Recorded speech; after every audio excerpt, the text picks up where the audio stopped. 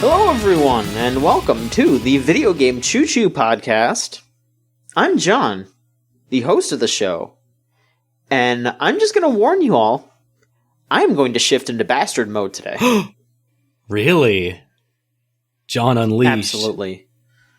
Today is going to just be whole hog, complete ass out, just going buck wild. There was a Nintendo Direct this week. Oh yeah, you're right. That is why. That should you're right, yep. That should explain everything. Nope, say no more. It's John, miss. So, for everyone else on the podcast, I apologize ahead of time. And let's get into it then. So first off, who else is on here? Solon is. Solon is here. Hello. Hey, I'm alive! You are? You went to PAX, right? Oh, I have so much to report from PAX. But I gotta be real, I'm, dangerously ill. My Dayquil has just kicked in, so I'm ready for this podcast. But I just finished up immediately after PAX. It was 4 straight days of 10-plus hour work days. Oh, God. This morning, I just delivered 800 Chromebooks to students. And some of them worked. Mm-hmm. Most of them came to me during today, and I definitely had to fix a couple hundred computers today. Oh, boy. So well, I'm really happy to be here, because, this is somewhere that makes sense to me. I can just kick back and relax and feel human again. We're just chilling here. Oh, We're just chilling. It's going to be a wonderful episode today. Yeah, it will. Because not only are we on it, but Elvie, you're here. I'm here. Hello, gamers. How are you doing? I'm doing good. I just got caught in the rain coming home from work. That was not great. Oh, no. It also is like 10 degrees much colder than it was yesterday, so that was pretty dramatic in terms of a change of weather. But it's autumn. It's autumn. Back. Fall has arrived. I am looking forward to that, though. I was ill-prepared today, and that was my fault, to be honest. Are you in nice warm clothes now, though? I am. Good. Took a nice shower. I'm cleaned up. Mm-hmm. I'm comfy. There you go. That's how you do it. We're getting comfy today. We're getting comfy tonight. Yeah, Yeah, this be a chooch sleepover, Slumber party. Yeah, exactly. If you're not at work right now, go put on some pajamas. If you are, check with your manager first. I don't want you to get you in trouble. And Spencer, you're also here. I am. And I gotta say, last time I was on the podcast, I wasn't in Smash, but this time I'm in Smash now. There's actual skeleton representation. There's skeleton representation in Smash now. Proud of you. Feels so good. So we're gonna get right into it then, huh? Oh my god! Oh, you know it. All right. So, John, I'm losing my fucking mind. Yeah, I am too. It's been like 48 hours, and I still just... Oh my god. I can't believe that a fucking costume announcement was crazier than the other stuff they announced for Smash Brothers. So, I guess we will get right into it. The Nintendo Direct that was shown a couple of days ago now was straight up probably one of the better Nintendo Directs they've ever done. Actually, if you're a Digimon fan, it was the absolute worst. It was the pits of the pits. Sorry, Digimon fans, you deserve better. Agumon Twitter, if you're listening, I'm sorry. I'm sorry that they didn't talk about Digimon Survive or the Cyber Sleuth ports. I don't know when those games are coming out. Well, but we're talking about it. Those are gonna be on Switch, which is a great thing to have on your Switch. Yeah, I've heard Cyber Sleuth especially. Oh, yeah. I don't know about Survive, but Cyber Sleuth, yes. Yeah, I've heard good things about Cyber Sleuth. But now we'll talk about everything else. So, should I run through it just go for chronologically here? Hell yeah. Okay. All right, I'll just go through it here. So first off, they announced the first thing. They opened it up with they got the boring thing out of the way first. They announced that Overwatch is coming to Switch. Woo. And it's coming out October 15th. Yeah, and everybody pretended to be surprised. That has leaked like 4 times already by now. Mm-hmm. And, you know, it's Overwatch. You think Blizzard and can keep a secret? No. And, I mean, at the same time, so many people are sick of Overwatch. Blizzard blew all that goodwill. It's not the game that it was. Yeah, they really did, and that leaves Blizzard with almost nothing. Yeah, They've destroyed StarCraft. All that's they what do we got? They've destroyed StarCraft. They've destroyed their MOBA. Overwatch has never been lower on the spectrum. Diablo is in mobile hell, and all that leaves is Hearthstone, whatever, and World of Warcraft. Yeah, that's pretty much it. And we're going to talk about that later too, because that's a weird one. But slim pickings over there. Yeah. But yeah, it's coming out October 15th. There's going to be motion controls, which... and that's kind of it. They didn't say anything about cross-platform play. They didn't say anything. They just said this is going to be Overwatch on Switch. Whack. Yeah, they talked about some Luigi's Mansion 3 stuff. They showed some of the new floors for the hotel. That's coming out on Halloween. 4v4 multiplayer? It's like 8-player multiplayer? Yeah, there's a 4v4 mode where it's 4 Luigis against 4 Gooigis, trying to catch the most ghosts and get the most coins. It just kind of looks like a Mario Party minigame. It doesn't really look like anything too special, but, you know. Wow, whatever. really? Just bury it immediately? Hey, you know what? I'm excited for the single player. Minigame. True. I'm excited for the single player. I'm not really into that kind of stuff. I'm sorry. That is a lot of Luigi, though. I don't know. That's too much. It's a lot of Luigi, and it feels really weird in 2019 to have like a game that's known for its single player just having a multiplayer component just kind of put in there. It feels very aughts for video games. Yeah, that's a good way to put it. It does feel like so last decade. Yeah. There's going to be a port of Return of the Obra Dinn. Hell yes. I And love that game. yeah, I know so many people that are into it. I never played it, but maybe I'll give it a shot here. It's a really game good. of skull representation. Oh yeah, definitely. It's a good game that you can basically only play once. Like, because if you're like me and you have like a really good memory, like it's not great to play it again because you'll just memorize all the solutions and just everything will just start coming back. But if you have a short attention span or you've never played it, pick it up and try it again. It's really good. Although it's it has so perfect for me. It's got some unfortunate elements in it. Nothing like super bad, just man, it really sucks that we have some weird Orientalism in here because it does. It's kind of a weird timepiece game. So it's a good little mystery game. I hope we get more games like it. Sure.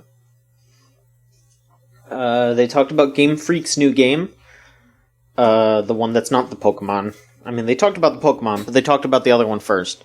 It was originally just called, like, Project Town, or just Town, and the final name is Little Town Hero.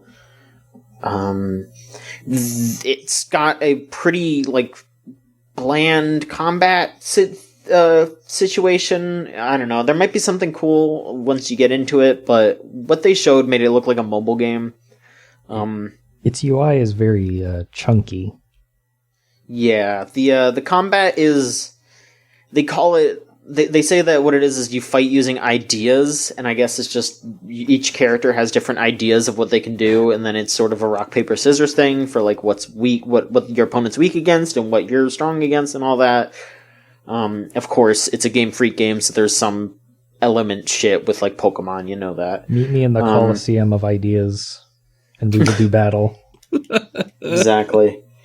And the crazy thing is that they said that most of the music was written by Toby Fox. They didn't say all of it, but most of the music is Toby Fox. And I believe he tweeted out that the person who, I guess, went over the stuff that he wrote was also the person who did Pokemon Black and White soundtrack, which is one of the best Pokemon soundtracks. So, yeah, that's a game seller. Mm-hmm. I don't know about the actual game itself, but the soundtrack is going to be amazing. Yeah, that can be enough for an RPG. Mm-hmm. The plot of the game is that it's going to all take place in one town, because nobody's allowed to leave the town. And monsters are invading the town. That's pretty much it. That's out October 16th. That's really soon. I did not expect that coming out so quickly. But maybe, yeah, I mean, Game Freak makes, like, kind of small games when they're not making Pokemon, so, yeah, that's that. One of the best Wii U to Switch re-release port job announcements that they could have done. The job. Is there is going to be a port of Tokyo Mirage Sessions. Oh, yeah! Mm-hmm. We were all really worried that this wasn't going to happen, but they are doing it. The crossover between Fire Emblem and Persona. I'm not going to say Shin Megami Tensei because I know that people are going to be upset if we say it's Shin Megami Tensei. It is a Fire Emblem and Persona crossover. Well, I mean, the whole reason it's called Tokyo Mirage Sessions is because it's like S&T but reverse, like TMS. Oh, god damn it. But it's more like Persona. I get that, but that's why they called it that. I know. I'm trying to make people less mad, okay? Yeah, but that's important because that's a game that needed more love. On the Wii U, it just did not get the audience it deserved. And they're so still not good. going to keep the vagina bones, though, right? Like, is No, that? I hope okay. not. No, they're not. I saw a tweet today that was just, it makes me feel great to know that Vagina Bones tweet guy only has like 35 followers left on Twitter. The little things, you know? Yeah. That game is good. It's coming out. The port is coming out January 17th of next year, and they're adding a new idol song, like a new performed song. I guess some new like dungeon mechanics or something. Like I think, or they're changing up how the dungeons are going to be played, and they are also adding new characters. Like some of the characters that were in the game but couldn't join your party are going to be in the party now. The one they highlighted was Tiki, so you're going to have Tiki in your party. But some of the other characters, I don't really remember their names, but just some of the like other, big characters in that game are going to have their own like stories and will be in the party. Yeah, so it's not just going to be a straight port. So if you've played the game already and you're itching to replay it, this seems like a really good way to do it. So January next year. It's such a weird fusion too of like S&T, Fire Emblem, idol culture. And it just works. It's weird. You wouldn't think it would work, and it just does. Yeah. Definitely check it out. Yeah. Maybe the craziest announcement of this Direct was that Swery65 is coming back to direct and write Deadly Premonition 2. God, I lost it. I am really curious. Right, there's going to be a new character for one. And I think they explicitly made it clear it's going to be connected to the first. I don't know. Like, depending, like I'm not going to say much, but like because of how the first game, the true ending of the first game, like I don't know, are they going to follow that, or is there going to be something else to justify like what's going on here? There's too much to like explain this game. There's no rational way to explain this game to in a condensed matter of time, but there's shit that happens in the first one that makes it hard to kind of figure out, okay, why are we're exploring this character again when he kind of seemed like he had closure in the first one, So, I don't know, really exciting, but also kind of scared, but it might be a good thing, right? Yeah, so I guess the new main character for the sequel, which is called A Blessing in Disguise, is Aaliyah Davis. Aaliyah? I think it's Aaliyah, actually. Yeah. Excuse me. Aaliyah, yeah. Aaliyah Davis. And she is, she is trying to tackle a new case. I guess she's also in the FBI. And this case leads her to Francis York Morgan. Call him York. and they will somehow work together to solve this new case and maybe figure out how it is related to the first game, the first case. It is coming out in 2020, and right now they have only confirmed it for Switch. They said that it is exclusive for now, so they'll probably port it elsewhere later. Wow. Also, that's so there is interesting. there is some kind of new port of the original out on Switch right now. So if you've never played Deadly Premonition, it is on Switch for $30. It's Deadly Premonitions Origins, which is really funny that something is called Deadly Premonitions Origins. You're right. You know what this is going to lead to eventually, right? We're gonna get a video in like 2020 or 2021 or 2022, and it's going to be like, did you see that, Zach? The Smash logo in the coffee. No. Please. Stop Please. that. Zach, I received a mysterious letter in the mail. They're inviting me to some gathering of characters. It's just like one of my cartoons. I'm gonna have to beat them up like Tom beats up Jerry. Oh my god. God, wow. I can already see that his final smash would be like all of the characters go into like a weird special zone that he hits with the final smash, and then they all have like red vines coming out of their heads, and he has to shoot them all. Oh, I just thought he was going to get in his car, talk on the phone, and just run over them all, but maybe that's a bit too... His final smash is gonna involve him driving at 60 miles per hour until his heart rate goes too high. God. What an incredible game. I would love if just every time he lands a hit, he just goes, amazing. Nice. Wow. It's funny because the first game was initially like an Xbox exclusive.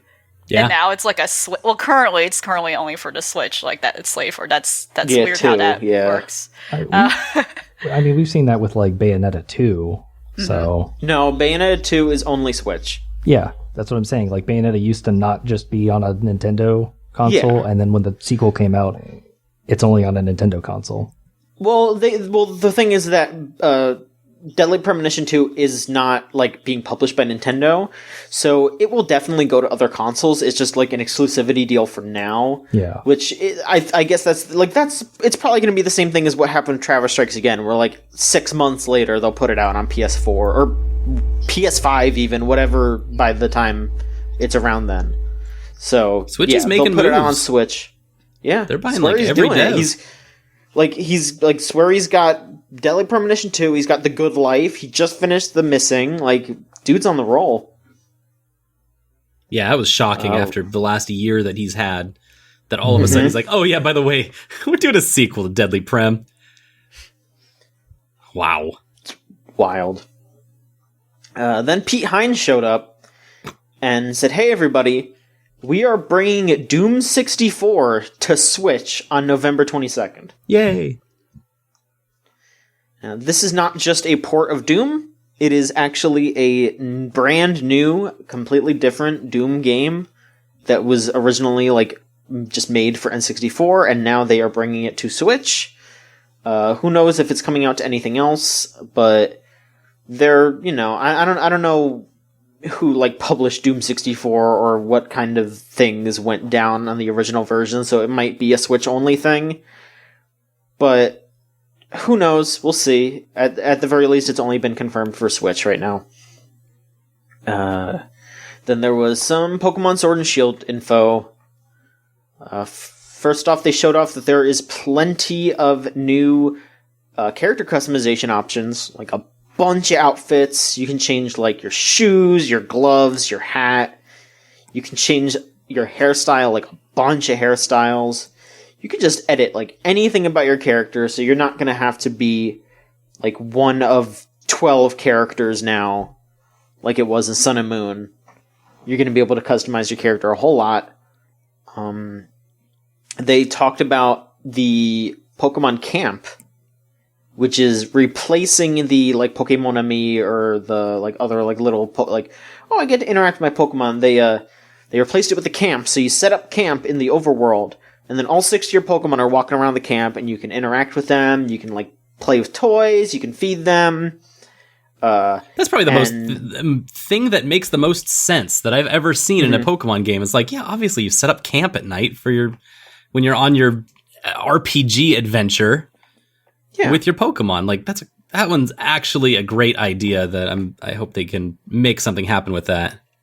I'm like 90% sure that they picked that up from Final Fantasy 15. Great. Because the other thing you can do at the camp is make curry. Right. Which just reminded me a whole lot of Ignis, right? It's Ignis who soup cooks. on rice. Soup on rice. So yeah, like as soon as they started showing that, I just went like, I've come up with another recipe. Like that's just exactly what it is. It's and you get to make different curry recipes. The ultimate bachelor food. And depending on which ones you make, because you eat it and your Pokemon eat it, so you have to figure out what your Pokemon likes and feed them the right kind of curry. I don't remember what exactly it does. I think it helps with their stats somehow. Can you ration them out like Steve MRE 1999? Oh, Jesus. And just like unwrap a 70-year-old ration for your Pokemon to eat? That sounds like a disaster. I don't want to do that to my Pokemon. I don't want to give my Pokemon botulism. So I don't want to get too into this, but when they showed off the curry thing for the direct, they were talking about how like in the Galar region, like one of the most popular dishes is curry, and I was like, typical really? British people to not actually have a dish that they can define as their own and are going to use like curry. Yes. And it's like, oh yeah, so we're going to hilarious. use curry, something that came to this region via imperialism. Interesting. It's like, That's so good though. They deserve that. It's pretty funny. I don't know if it was like an intentional dunk on, like, for them to decide, we're going to use curry as the... I don't know. There's many other things they could have done, but no. I mean, curry's good, and it is great. It's good camp food, I guess. But it was just very funny to me. Yeah. Yep. Mm-hmm. I would just imagine like the Pokemon Company sitting down and being like, "All right, look, what is an English thing that has a bunch of different variety of things that would be visually appealing and." You know, like, what would be something that you could make a bunch of? Because they're not going to want to model, like, 100 million different varieties of things you can cook, you know? And then after, like, 2 days of trying to figure it out, because they don't want to just make beans on toast or whatever, which, you know, I shouldn't be too mean about that. I know that's like a poor person food over in Britain, but, you know, just, like, I'm sure that, like, there isn't something that is so... like British, but also something that has a lot of variety to it. Yeah, I bet they were at that point they were just like, I bet at that point they were just like, all right, fine, curry. Yeah, I usually think of like bangers and mash, but like that doesn't really have a lot of customization options, at least not to the degree that curry has. Fish and chips is a pretty simple meal, and I'm pretty sure like if it's going to also be literally just curry across like the translation bar, like, you know, like a Japanese player would not think that's weird. They'd be like, oh, okay, yeah, curry is literally a commonplace dish. It's literally everywhere. Yeah. But right, that was also my reaction too. I was like, oh geez, I hope like that this was thought out. But of course, like the reaction to it was like really funny. A lot of people were dunking on it, being like, oh yes, of course, classic British thing. But like, yeah, I'm sure like, you know, they didn't mean anything like offensive by it at all. No, definitely not. No. But it's also, yeah, it's just like, it is funny. It is funny because I feel like they could have also just been like a generic like, oh, you can make a stew. I don't know, but yeah, which regions of Pokemon do you think Galar colonized to get these recipes from? Hopefully not, and there's no imperialism at all. Oh, thank God. Okay, great. We don't have hints of that so far in Pokemon. I don't know. I didn't see any. Mm-hmm. Not so far. Maybe we'll find out. And the last little bit of Pokemon news that we got was that they introduced a couple more Pokemon. The first one is Poltegeist, which is a little ghost that's in a tea kettle, or not a kettle, right? A tea. Is that a kettle? It's a kettle. It's a teapot. It is a kettle. Okay, yeah, a teapot. Yeah, it's a little teapot. Another just it's a perfect Pokemon that just immediately makes you think a little too much. Yeah. They're encouraging people to drink this thing. I don't like it. Yeah, they straight up said that if it becomes friendly to its trainer, it will let you drink its tea. Drink me, Billy. Drink Please my drink tea. me. Drink me. Well, the ghost inhabits the teapot with the tea. Yes. It is not the tea itself. You're not drinking. I'm the pretty potion. sure it makes the holes- tea. Listen, there's holes in the teapot, so the original tea would fall out. Yeah, but the ghost is there to keep the tea in there. So like it kind of like nestles the tea. It doesn't become the tea or is. Oh, the it helps I don't stew know. that tea at the Yeah, very I think least. it's infusing the tea in some capacity. That ain't That's vegan the- tea, is what I'm saying.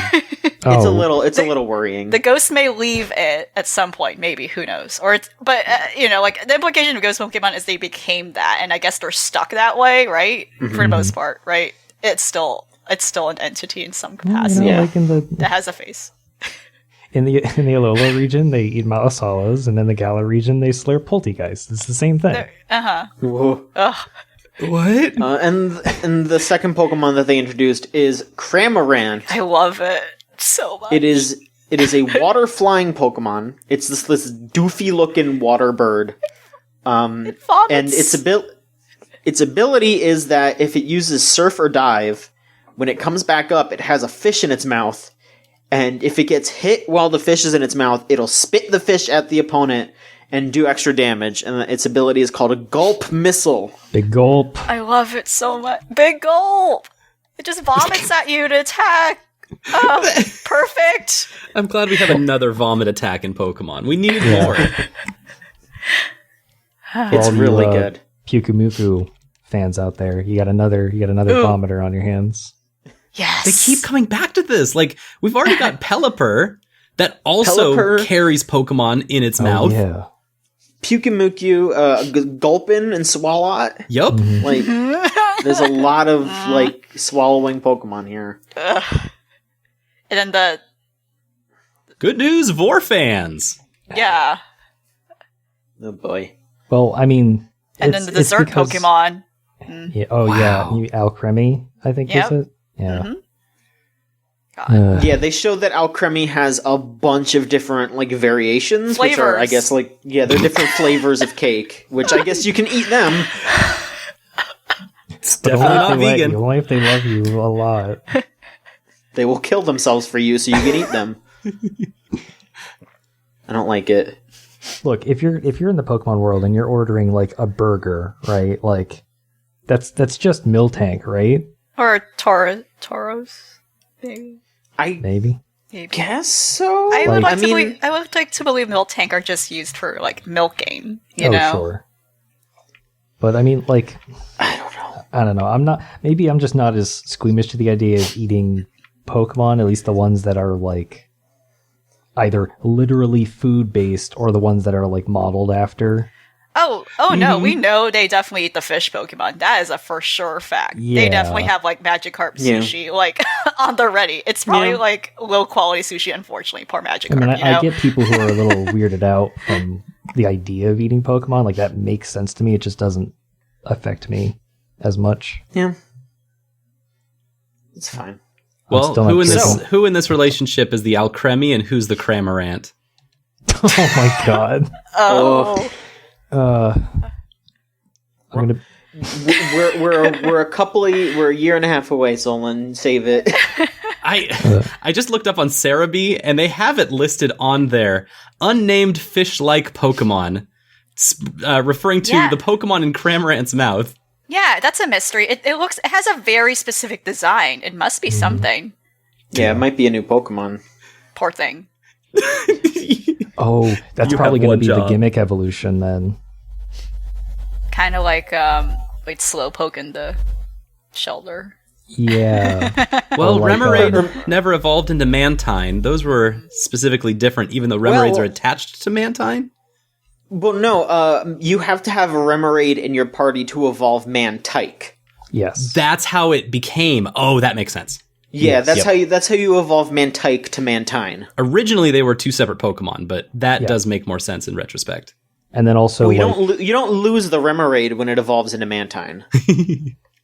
And then also, it's just, and then Remoraid evolves into Octillery for some reason. God. Well, I mean, have you seen the old versions? Like Remoraid used to just look like a pistol, like a gun, like a revolver, and then Octillery just used to look like a tank. Yeah. So that's kind of it would have made more sense if they did that, but they couldn't really because they wouldn't want to have to make a Pokemon that just looks like a gun.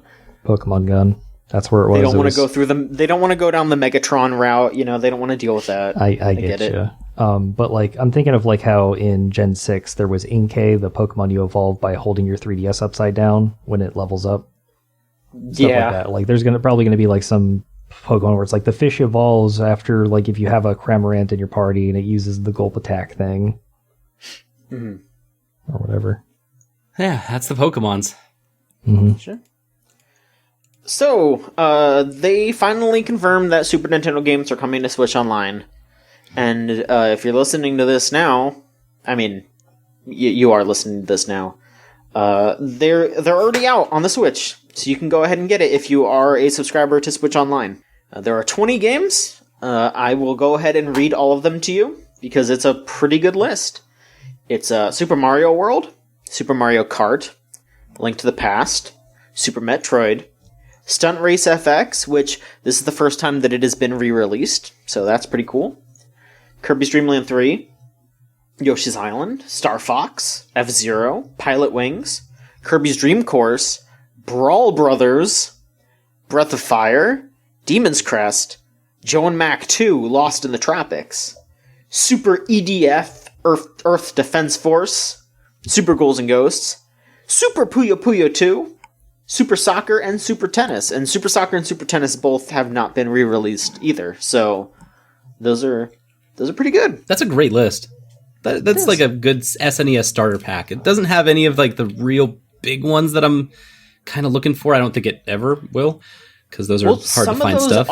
Some of those are pretty expensive. Like Demon's Crest is a really good pull. Oh, really? That is an expensive cart. Yeah, and that's a really good game too. Like if I here's my list of John's picks here. Absolutely try Kirby's Dream Land 3. That is a weird but interesting Kirby game. Demon's Crest is incredible, and Breath of Fire is a very, very good RPG. I was going to say, with Breath of Fire on there, that really does round out things, I think. Earth Defense Force is... I know that when you hear Earth Defense Force these days, you think of EDF, you're fighting the bugs and all that. The old Earth Defense Force games are really good shmups. Oh. And one last one that I will recommend, Super Puyo Puyo 2. If you like Puyo Puyo, this is just more Puyo Puyo, but the kicker is that it is all in Japanese, so, you're going to have to kind of feel around the menus. But that's actually good news, because for a while there, when the Switch NES thing was going on, you could only get some exclusive games if you had a Japanese account and downloaded the Japanese version of the NES Switch Online thing. Which, some of it you weren't really missing out, because like one of them was like the original Fire Emblem, and that's all in Japanese, text heavy. But you could play Joy Mech Fight, which is a very interesting game. I wouldn't say it's very good, but it's neat to mess around with. But you should try that game out, especially if you're like, hey, what's that weird pink robot in Smash Ultimate? That's Sukapon, and she deserves your respect. Hell yeah, defend Sukapon.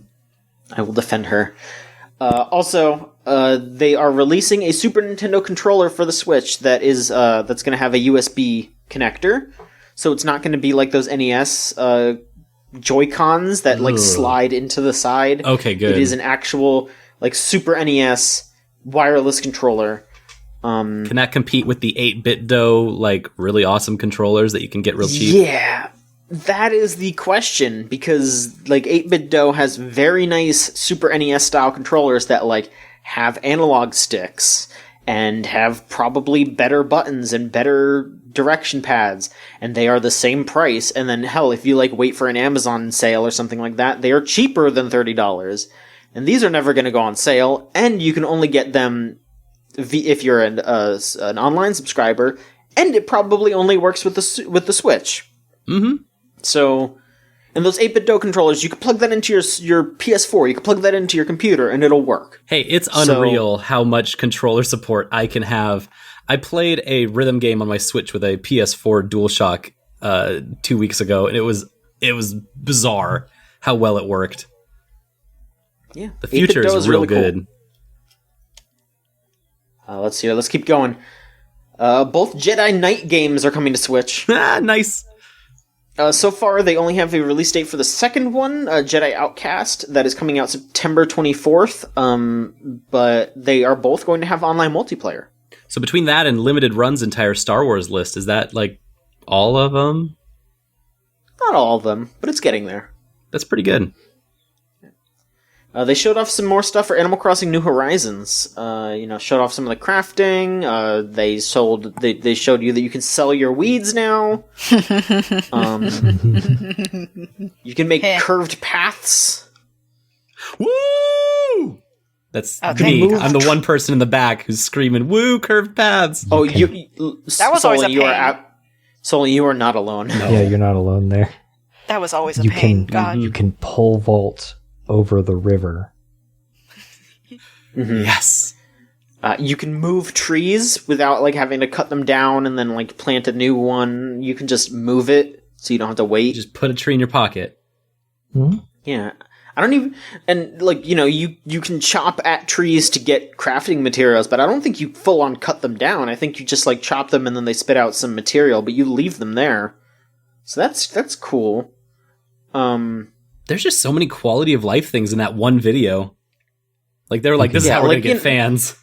Mm-hmm. Yeah, I'm not going to go over all of it. A, because I'm not that into Animal Crossing, and B, because there's just... there's so much. So I would say if you're into Animal Crossing, you should just watch that part of the video, and you will be like, oh shit, because there's a lot. I can't say I was totally sold on the cutesy aesthetic of welcome to your travel brochure thing. Oh yeah, that was definitely some Fire Festival stuff there with that presentation, right? Tom Nook is gonna just It felt very tongue-in-cheek, but also very earnest, and it was a really weird vibe. It felt weird. I didn't like being sold to, but not being sold to on something that's, not tangible. Are you trying to sell me this video game, or are you trying to sell me a vacation trip? Because one of those I'm fine with, and the other one I'm really, really not. I think we might all be a little bit jaded with current timeline shenanigans. The current timeline. Yeah. There was one last thing on the main direct, is that Xenoblade Chronicles is getting a full remake in the Xenoblade Chronicles 2 engine called the Definitive Edition. It looks gorgeous. The characters actually look like characters and not weird blocky monsters, like they were on the Wii. And it seems like they're also adding in some cut content from the original. I don't know too much about the production of Xenoblade Chronicles, the original, but I saw some reports that, that scene at the end of the trailer where they were just, panning over that landscape, that wasn't just them being oh, look how pretty this is. That was because that area that they were panning over was a cut area from the original, so this is going to, have cut content rebuilt into it. Yeah. What a great progression for that game. Mm-hmm. What do you mean? It deserved that or something? Thinking about how it took 75 billion years for it to come, to the West and, in North America. Oh. And then, and then they were hey, we're going to, it's finally out on the Wii, but you can only purchase it from certain retailers. And then it was hey, we're gonna port it to the 3DS, but the new 3DS, and you can only get it on the new 3DS because of how we've ported it, and also it looks worse. And now it's no, actually, maybe we should go back and actually redo this game and make it look really nice, and put some stuff in it that we couldn't put in last time for reasons. And now all the characters don't look like just an upscaled System Shock 2 models with weird polygon faces. It's just nice. Especially since, Shulk's been in Smash since the last game, so a lot of people are probably more interested in playing his game. Mm-hmm. Right, yeah. And, I mean, Xenoblade Chronicles 2 was very popular. Xenoblade Chronicles X, everybody is still clamoring for that to be ported over to the Switch from the Wii U, but maybe if Chronicles, the definitive edition, does well enough, they'll maybe consider doing that one next. Maybe not just like a full remaster. I don't think the game needed that, but a port at least would be nice. Mm-hmm. So, but yeah, that's coming out next year. Mm-hmm. And one other little thing that I will just mention, on the Japanese Direct, they announced that there is going to be a port of the PS1 RPG Moon. It is a cult classic. It never came out over here in the States, but they, after the Direct, confirmed that yes, it is coming out outside of Japan. They just don't have a concrete date for that. And so finally we will all be able to try Moon. It is an interesting game. I don't want to spoil too much about it, but it is an anti-RPG where it basically takes place after the event of another RPG, like how the world rebuilds after an RPG has happened, and like the hero has gone through their quest to save the world. So, that was the Nintendo Direct. But wait, John. What about that other stuff that got announced there? There was something else. Oh. I didn't forget. No, you never forget. Never. Smash Brothers stuff happened. And Banjo and Kazooie are out on the Switch. They are out in Smash Bros. Their game is not, but you can play as Banjo and Kazooie in Super Smash Bros. Ultimate right now. They are available. And not only that, but the 4th DLC character was announced. And that is Terry Bogard from Fatal Fury. Yeah! If you haven't seen that trailer, you really should see it. It is adorable. It's showing all the SNK characters trying to grab the invitation. I really love that, like, the Smash Bros. Invitation is a tangible item. Like, I love that it is... it has made that these characters getting into this game like more of a big deal. It's kind of funny, but it's like they got the invite. Yeah, the golden ticket to Willy Wonka to Sakurai's Chocolate Factory. It's so good. It's super cute. It makes it feel like all video games are just part of this big, huge multiverse. It's really fun. Mm-hmm. Mm-hmm.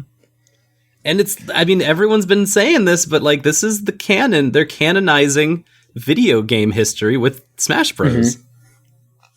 It's really legitimizing for a lot of these games. Like, oh, well, Castlevania's a big deal, but now it's in Smash Brothers, so it's going to be good. Like, everyone needs to respect Castlevania. Everyone should,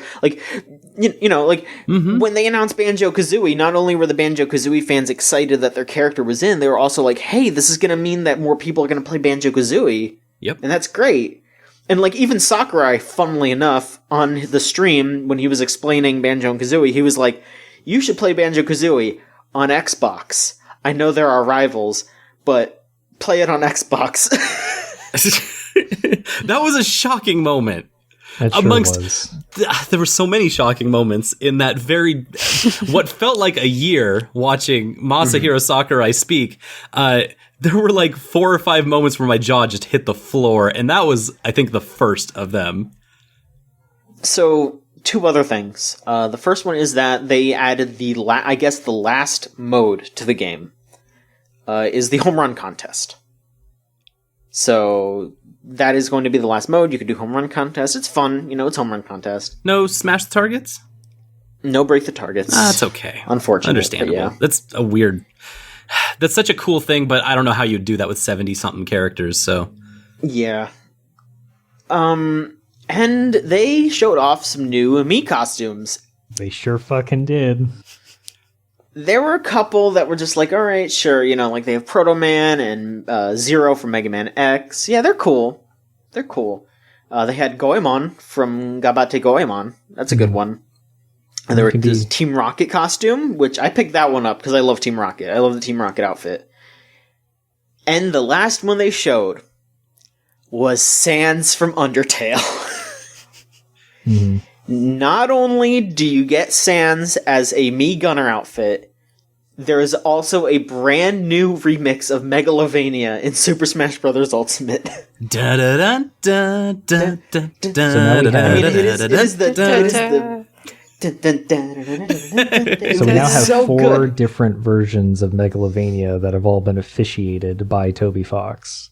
Mm-hmm. We've got the Earthbound hack one, we've got the Homestuck one, we've got the Undertale one, and now we have the Super Smash Bros. Ultimate one. What a road for one song. Sakurai told a story about how he just hung out with Toby Fox at his house and played Smash Bros. With him, and Toby, like, beat him. Sakurai said it was a 50-50, like, they both were giving each other... Toby thrashed his ass. That's what I read from that. He said 50-50, like, trying to be all coy and stuff, but I'm like, that dude thrashed you at your own video game. Well, Don't lie. He also continued that statement saying, or maybe I was losing, but I like the statement before he went into, like, the specifics, where he said, among the guests, he was probably the strongest. I also would like to imagine, like, a white dog showed up at his house, and a literal white dog. As far as you know, what Toby Fox actually is, who I'm convinced still is very much just a very smart white dog, holding a controller. Beating up Have you seen the fan art for that? Oh yes, I have seen one. It's so very good. cute. Yeah. Very So when you say among his guests, I got the impression that there were, like, other people aside from just Toby who were visiting Sakurai. so he was hosting some kind of banquet, a tournament of sorts, perhaps. People just invite... Sakurai just invites people over to his house. And then later on, Toby talked about on Twitter that Sakurai drove him home after that. And was just playing Smash Bros. Music on his car radio. Yeah. His tournament gala. God. You gotta fight him to get in. Yeah, it's like a Hunger Games situation. Like, he brought in, like, who else was at this gala? Who else did Toby Fox have to defeat to get Sans as a costume? And I guess the based Shovel on how Knight the folks were there. based on the language, it's not entirely, like, easy to tell if it's just he was talking about among the guests who were there at the time, or among the guests I have brought to my house to play Smash Brothers with in the past. You know, It sounds like the latter. It sounded like the latter. I am firmly in the camp that he hosted some kind of vampiric cult, death cult tournament in order to get your character in Smash. It's like and if you Yu-Gi-Oh! defeat, Tournament. yes, it is full Yu-Gi-Oh. So who else was there? Maximilian Pegasus is like, inviting people. Toby Maximilian Sakurai. God. Yeah. I mean, I guess we'll find out with whoever's the 5th DLC character. I don't know. I have to assume that everyone, whoever else gets in, kicked Sakurai's ass at Smash Bros. Look, all I'm gonna say is I hope Suda51's really good at Smash Bros. Can we go back to talking about Terry for a minute? Yes. Because Pork. as much as I could, talk about Sans being in Smash for years, I'm coming from the side of I haven't played a Fatal Fury or King of Fighters game. Those titles don't really mean anything to me. And when I first heard, like, oh, it's going to be an SNK character, and everybody was, like, thinking about who it was, and it's like, oh, it's got to be Terry. And I was like, I don't really want Terry to be in, because we kind of already have Ken, and they kind of fit the same image in my mind of blonde fighting dude who does the punch. And then I saw that, like, trailer where they were like, oh, it's the Neo Geo Fatal Fury intro, but it's them all grasping for the Smash invitation, and you see Terry's model, and I was like, no, this character definitely needs to be in Smash Brothers. I don't fucking care if I don't even know who he is. Oh He needs to be in fucking Smash. You will be satisfied with how different a Terry, an SNK character at all coming in will feel compared to Ken and Ryu, who are very abnormal and also really cool. But yeah, Terry will add another dimension to that. And I mean, there could be meters. I don't even know at this point. Yeah, we'll find there out. are rules now that Hero's in and has like 45 special moves. Yeah. So one last thing I actually forgot to say, and I can't believe I forgot to say this, but they did actually confirm that not only will there be the 5th DLC character, but they did say there will be more DLC after the 5th character. So... And we all pretended to be surprised once again. Woo! I was a little surprised. Honestly, I was a little surprised. I was not surprised at Wow. all. So are we looking forward to Tracer in Smash after? LV! Stop! There is no Blizzard character that could ever get into Smash. I'm saying it now, and that's mostly because Blizzard has absolutely ruined their own fucking video game. Yeah. God, what if canon. it does? What if it does? And the finite amount of universes. What if it does? It's gonna be so distressing. I mean, I don't know what's gonna happen to the world after that. There's The a silver moment. lining. There's a The silver timestamp. lining to Tracer being in. It What? would be a female character. What? That's true. Yeah. That's true. I but then mean- it's like There are better. I don't There are know. there are much so many better women. Yeah, there are so many better women who you could pick. Like we could put Reimu from Toho in. That'd be Oh fun. yeah. Why is everyone saying Reimu? Is that a thing that, like, I've been hearing Reimu from Toho a whole bunch.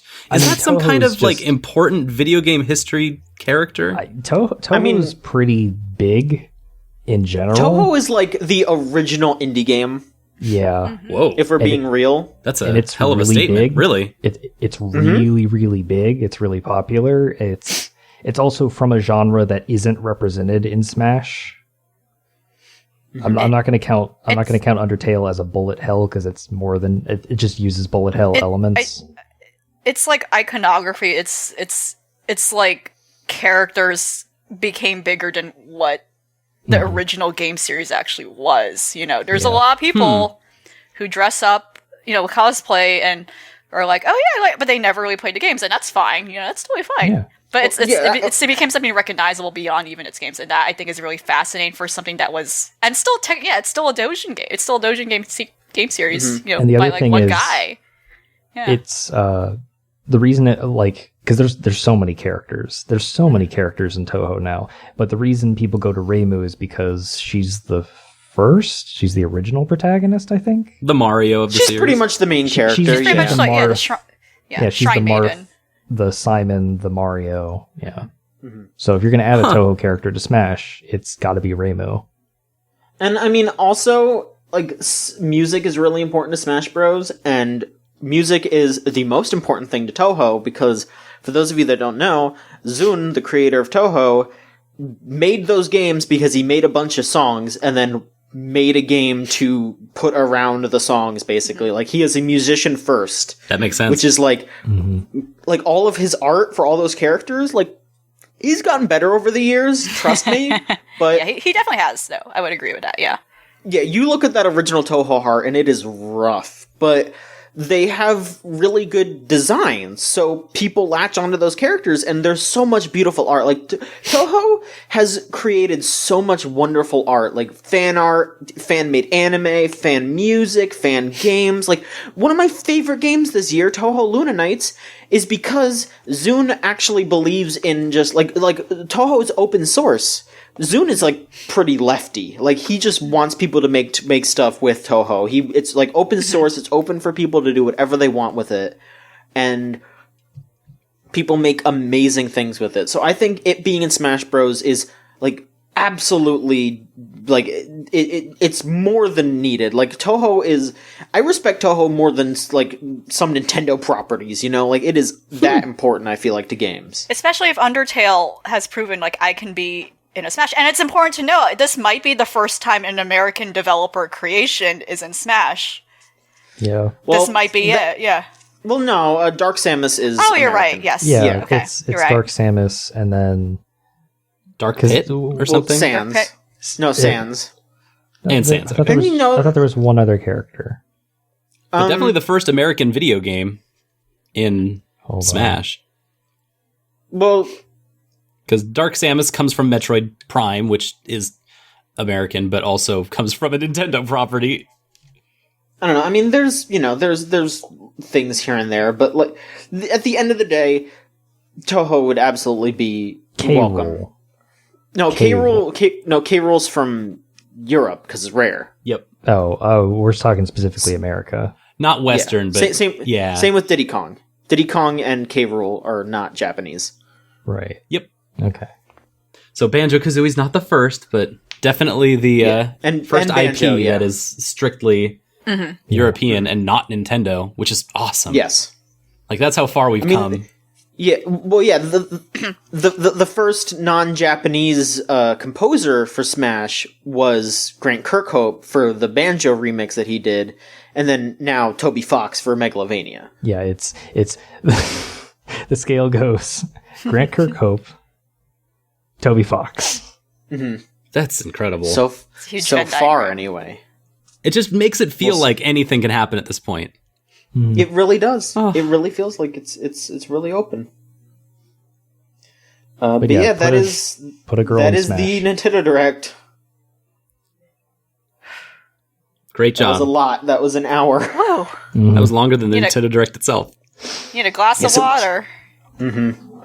All of us drink up, please. Remember to hydrate. I'm sure anyone listening, you're sweating right now. I'm sorry. It's a lot. Take care of yourself. Take care of yourself. All right. Please hydrate. Let's move on to the next topic. Solon, do you want to talk about PAX real quick? Oh, how much time do we got? Just go as quick as possible. Oh boy. I went to PAX West this weekend and got full of the crud, full of the pox, whatever ailment or affliction you would call goo? it. You got the gamer goo in you right now. Yeah. Oh, the goo is spreading. Gamer gunk. There we go. Different. Let's not tarnish gamer goo. It's gamer gunk you have. That's different. Yep, you're right. Also, it's bad. It's bad out here, folks. So, I can tell you 3 things. I can tell you 4 things that were good about PAX West. Which is not really great. So, I'm going to get to the good first before I get to... PAX West was very rough this year, and I'm just going to preamble all this by saying I'm not going to be buying a ticket next year.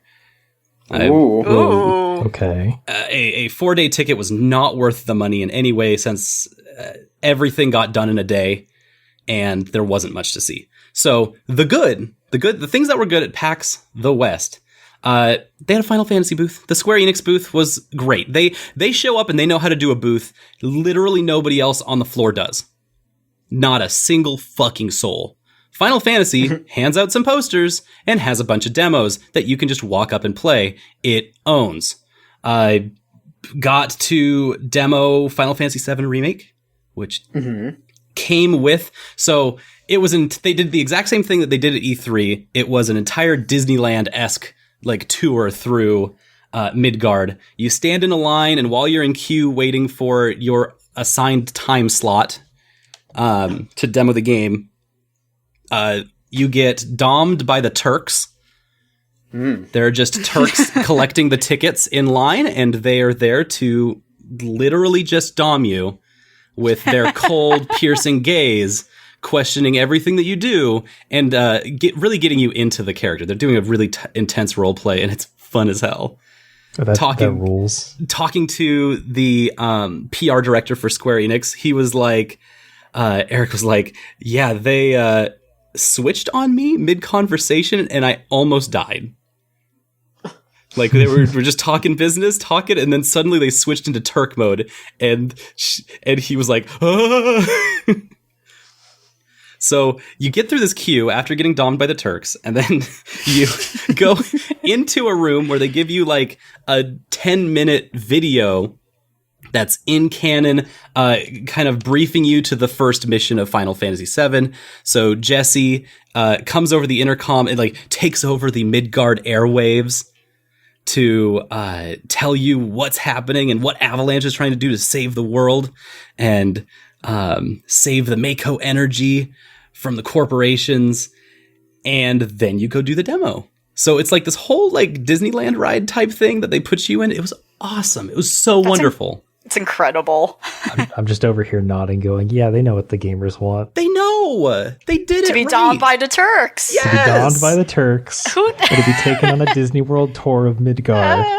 As an for extra little terrorist thing. Insurgency missions.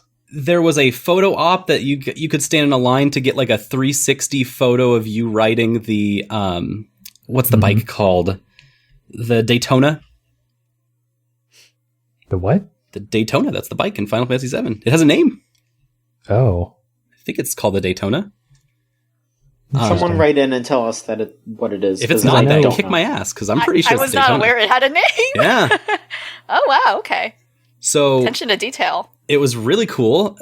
And on top of all of that, I also got to play Trials of Mana, which was bizarre because that was a game that just got remade and I played for the first time on the SNES like 3 weeks ago. And so like I speed ran that 30-minute demo in like 8 minutes because all of the same things were in the same spots, even though it's a 3D game. It was great. It felt so nice. And so I got to kill, what's it called? Big Metal Hugger.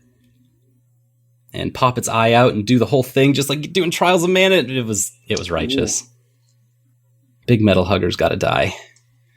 So, Final Fantasy booth, incredible. Just absolutely worth being there for that day.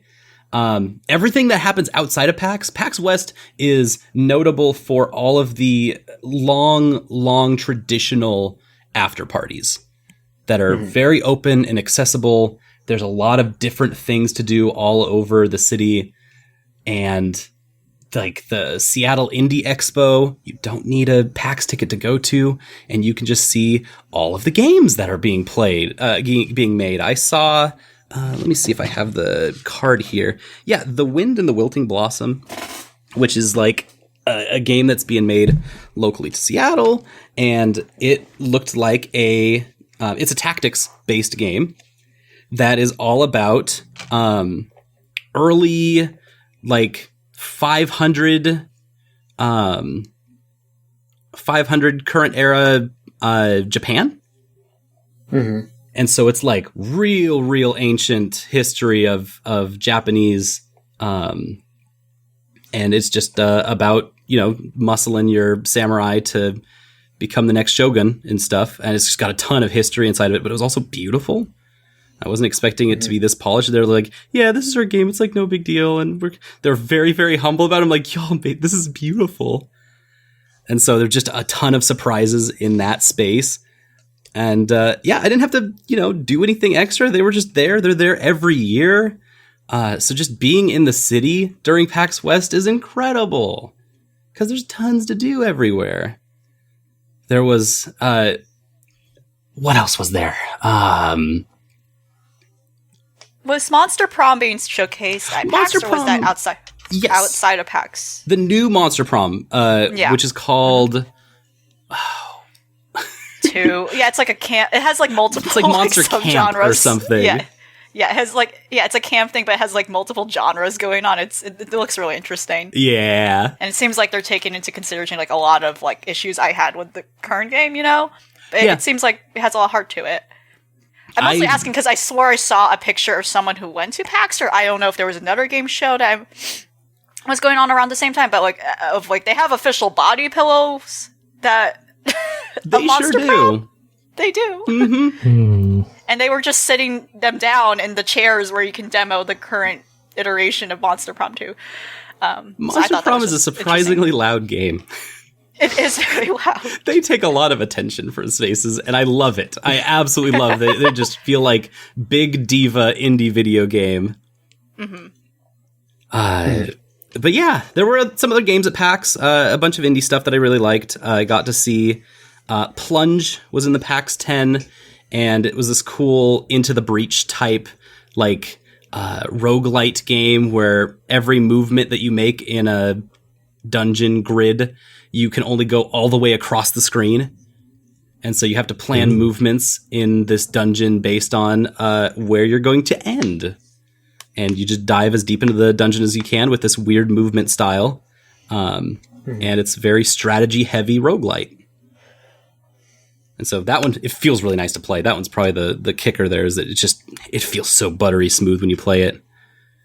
What else was there? There was a dating sim. That was called Later Daters. And it's about dating in a retirement center. Oh, that's interesting. Yeah. So are you playing, like, are you playing like elderly people? Yes. Or? Yep. Oh, interesting. Okay. Yep, and the things that I thought were the highlight was right at the beginning. You can define your backstory. You can either choose, did you never settle down? Are you a widow?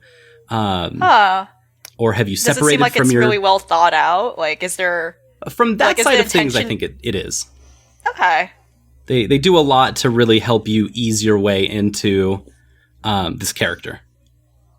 That's interesting because, there's like that whole thing about like, like there's like an ageist aspect where like, a lot of media focuses on young people, right? And then like you kind of, that conversation around, destigmatizing, you're not going to stop having these sort of feelings when you reach a certain point in your life, just because you're old doesn't mean you're not.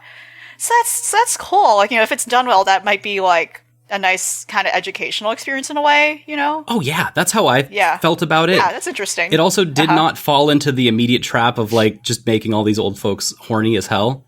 Yeah, which is that's the worst. other stereotype that you get from in nursing homes, and like there's like problems with that, but that's that like the people who don't have like the knowledge and proper research or even experience on that should not put that out. But it seems like there was like proper thought and like research put into this. Yeah, I really liked one of the angles they went in on was about downsizing.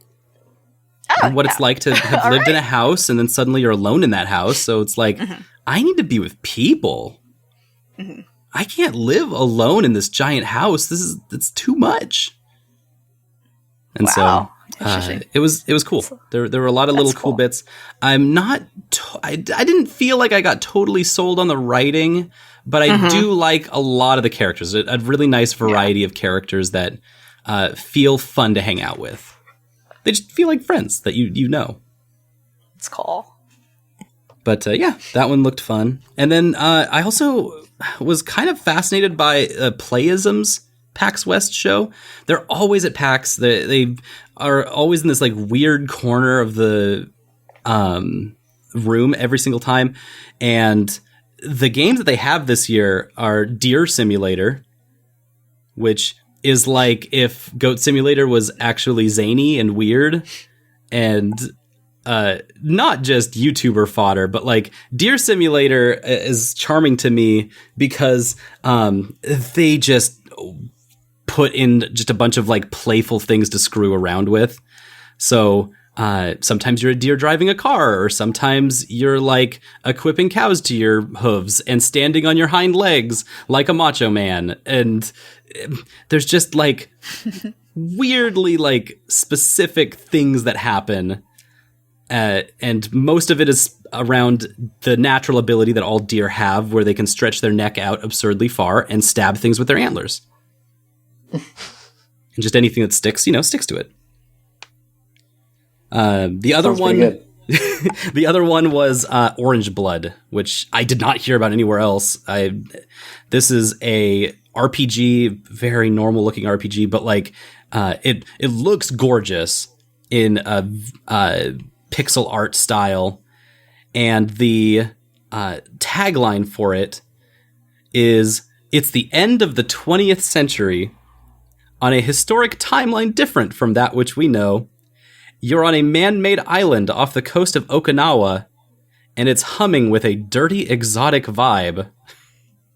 I don't necessarily know what this means as far as selling the game, but it just says, "Welcome to New Koza." And so it's about like the underbelly of this hella modern city, but it's in the 90s. It's in the 80s and 90s. Oh, is this like a Sunset Overdrive kind of thing then? That's what I think, but in an RPG. In a 16-bit RPG style. And so it just grabbed my attention immediately because it looked really cool and gave you a lot of options on combat. And it was a 4-party system. So you have 4 characters in your party that all have different roles. And I was like, I'm going to keep an eye on that one. So yeah, a couple of good games. The last thing at PAX West that was great was the app. Very happy that it worked. It showed me nothing that is happening at PAX ever. But it worked, even without Wi-Fi. Notably, PAX West has never had Wi-Fi in their convention center because it's a horrible place. And Let me just, you know what? I'll just get into the bads. PAX West is horribly designed. It's just an insanely, awfully constructed place that is ruinous in how much how little they put in so many places. The entire second and third floors of the convention center were virtually empty. The fourth floor of the convention center is all PAX Expo Hall. Sixth floor is all PAX Expo Hall. And then the annex area attached to the fourth floor is the free play lounge. And like that's where you can actually like play video games casually, which is the heart and soul of PAX. Is like this was originally the place where like you can just sit down and play any video game you want. That is that's not what people are there for, but that is what people are there for. That is what makes it different than just a fan convention. Is that you can go to a PC free play, you can go to console free play, you can go to retro console free play. All of those are now in the annex, which is fine. Except this year they have added checkpoints. They added what are those called? Metal detector checkpoints at the entrances of every single building. And so if you want to ever get into the PAX Expo Hall or the Annex, you have to go through a metal detector, which means it's going to take 15 minutes to get through that. Because you cannot anymore just walk into PAX. It's important to have security at PAX, but I've never felt not secure at PAX because the security's always done an incredible job at PAX. And they're usually very fun and not threatening at all at PAX. But this year, it felt extremely threatening to walk into PAX. And that was not okay. I did not like that for a second. But yeah, unfortunately, with the checkpoints where they are, now the only way to get into that annex reasonably is to go through the fourth floor. So you have to walk through the entire expo hall just to get to this very isolated place, which was weird because it meant that like a lot of that space just was not very populated until like the end of the weekend. And there was a time in the middle of Saturday when I saw, they have a room. This is incredible that they have this room. They have a room that is just, what is it called? What's that Xbox game that has the entire like mech dashboard controller thing? Steel Battalion. Steel Battalion. Thank you. They have a room with people dedicated in it to teach anyone who comes in how to play Steel Battalion.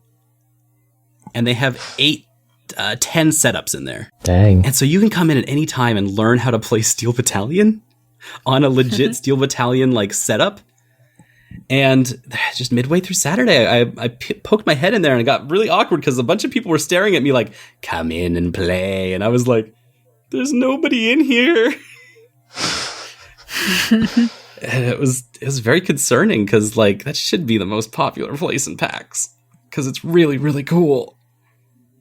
But all the console tournaments and stuff that were happening at PAX, they were very limited in showing. It didn't seem like really anybody showed up to most of the tournaments, and they were capped really early anyways. Just weirdly set up. I did not feel very welcome in the space. And anytime I went into the PAX hall, I had to be like, all right, I can't leave. Because if I leave, I'm going to have to go through the metal detectors again and take off all my clothes to enter PAX.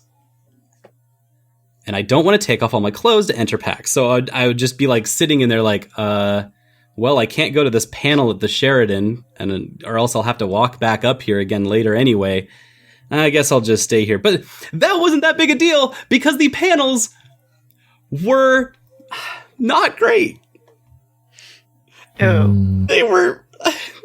PAX is such a weird place, and I don't think it's necessarily the place for like a video games 101 type panels. It's not even 101. Here, I've got a list of PAX panels. Okay. They might sound very similar to each other, just because that's how it works. So the first one that I have here is GameIndustries.biz presents, : The Good Old Days, : the joys and pitfalls of nostalgia. Just a nostalgia panel. Not really a place I'd want to go because I could read a think piece on that. I could read 400 think pieces on that. But that's okay. There's lots of panels. Let me see where. GamesIndustryBiz.biz presents : that's the same one. Let me see. Eurogamer presents : Okay. Totally realistic and true predictions for gaming in 2039. A panel all about speculation. Is it meant to be like a sketch comedy? Yeah. It's Eurogamer. I don't know. To be fair, and I will comment on just panels as a whole in conventions. Like a lot of like. There's a lot of panels that go through, and like supposedly there's a jury process, supposedly there's a screening process when it comes to these things, right? Yes. But then, like, honestly, there's still a lot of panels that I feel like, this didn't need to be a panel. You could write this on Medium.com person, and that'd be a much better way to get your idea out, and you can have like a discussion online still with other folks, It's like it's like why is this a reserved time slot, and why are you taking up this room for something that doesn't need to?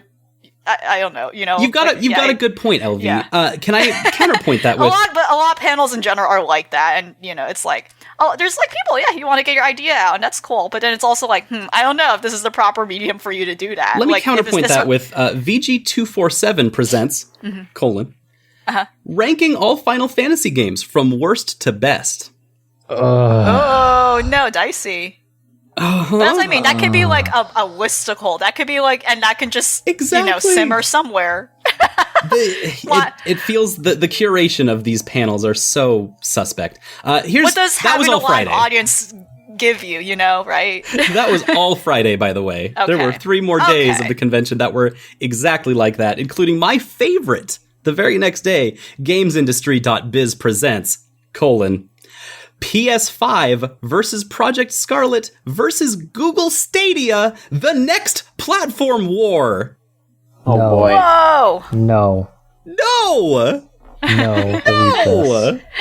Like, do they want audience participation? Do they want people throwing things? It's they just wanted to.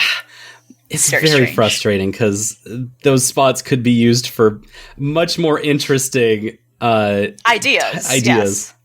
Yeah, nice round tables. Like, there's a panel. Like workshops with workshops are cool. Like, that's cool. But there were at least 3. I might be missing one. Panel specifically about giving game ideas to the panelists, which is a horrible idea. You should never be any part of any of those. Those should not be panels. That sounds like a nightmare. No, exactly. Yeah. But regardless, on that same day, IGN presents ellipses. Not a colon this time. Oh. Ellipses, dramatic. Pitching the best video game reboot. That's so strange. That's really, really specific, and that's another problem. It's like, this is not something that can apply to a general audience too. Like why would? Very strange. Yeah, no, it just the entire weekend was like this, just really rough on panels, and it was GamesIndustry.biz presents : games developers versus crunch. And guess who was not on that panel? Any of the Game Workers Unite folks that were there, easily accessible at the place. But Beck Saltzman from Finji was there, which is pretty legit. So, yeah, no, the panels were just so. I'm really just bringing all of this up because the architecture doesn't work. The panels are not working for me. They don't feel anything like what I used to come to PAX for. The overall layout design, the expo hall is like, nobody's at this fucking convention, by the way. Microsoft, not there. Twitch, not there. What other, the glaring omissions? Not Ubisoft. Ubisoft wasn't there. Of course they weren't there. Was Discord there? Discord was there. Yes, they were. They're doing their hype squad thing. They were pretty fun, actually. Okay, yeah. that's cool. No, I got to take a picture with Wumpus. That was fun. All right. What Our main crew, like Bethesda was not there, which was weird. Our main crew. They should have been. The main squad. One of the biggest groups that was there was what's the Travis Strikes Again crew? Grasshopper. Manufacturing? No, not Grasshopper. The actual like the publisher. Rising Star, or maybe it's the. I only know them as the really pervy RPG makers. Marvelous. Is it Marvelous?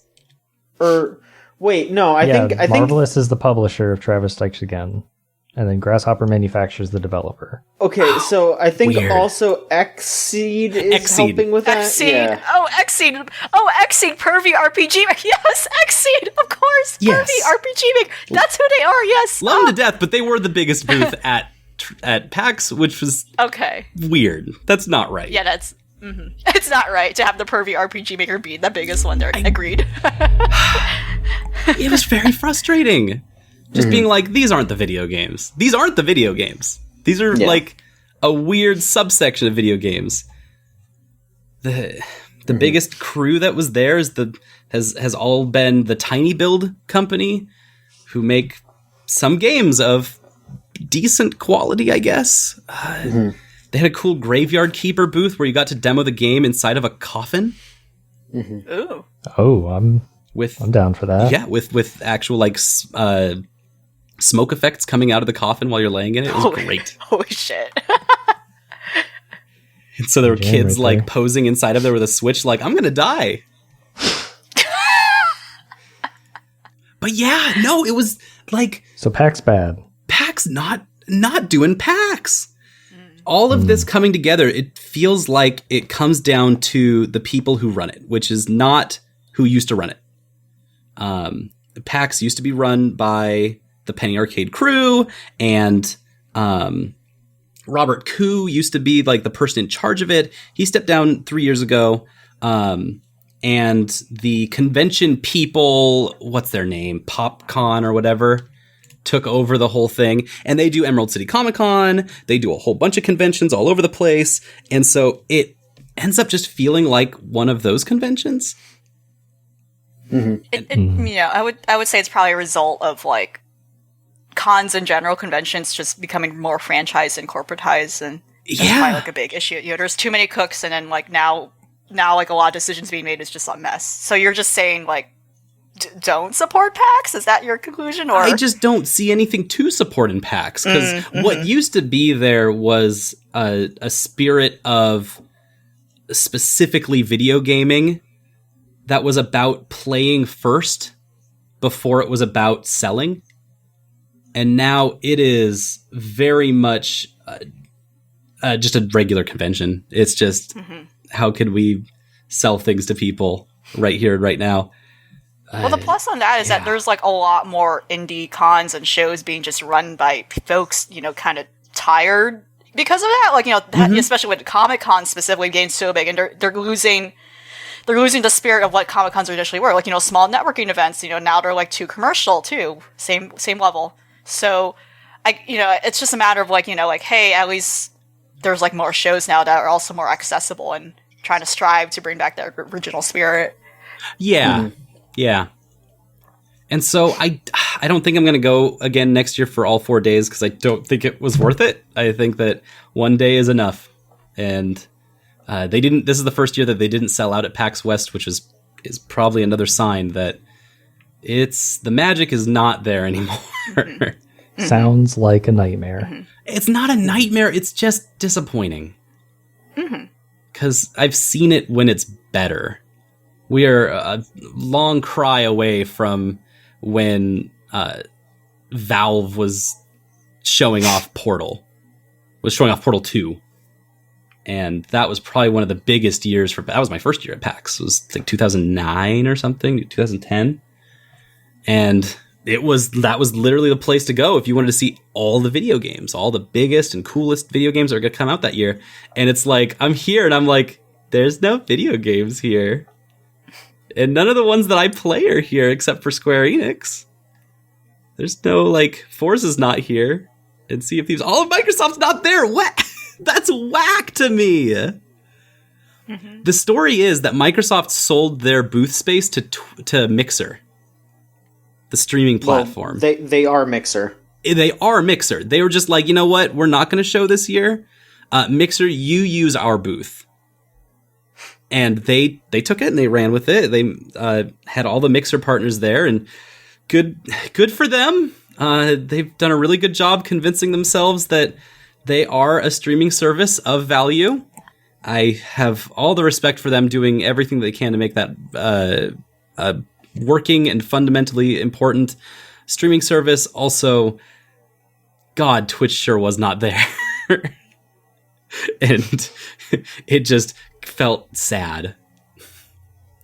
It felt sad seeing like all of the Mixer people like, yeah, we're so important. We're the most important people here. And like, why would any Twitch people be there? Their convention is next month. Everyone's saving their money so they can go at the end of September to TwitchCon. So of course there's no Twitch people there. So yeah, it's bizarre. It felt like I felt like I was looking at a bunch of people that were trying to convince themselves they were important, and I was not convinced. And so everything outside of that building, though, was awesome. And so I definitely want to be in the area for PAX West as much as I can, just not at the convention itself, because I don't want to take off my clothes to go into PAX.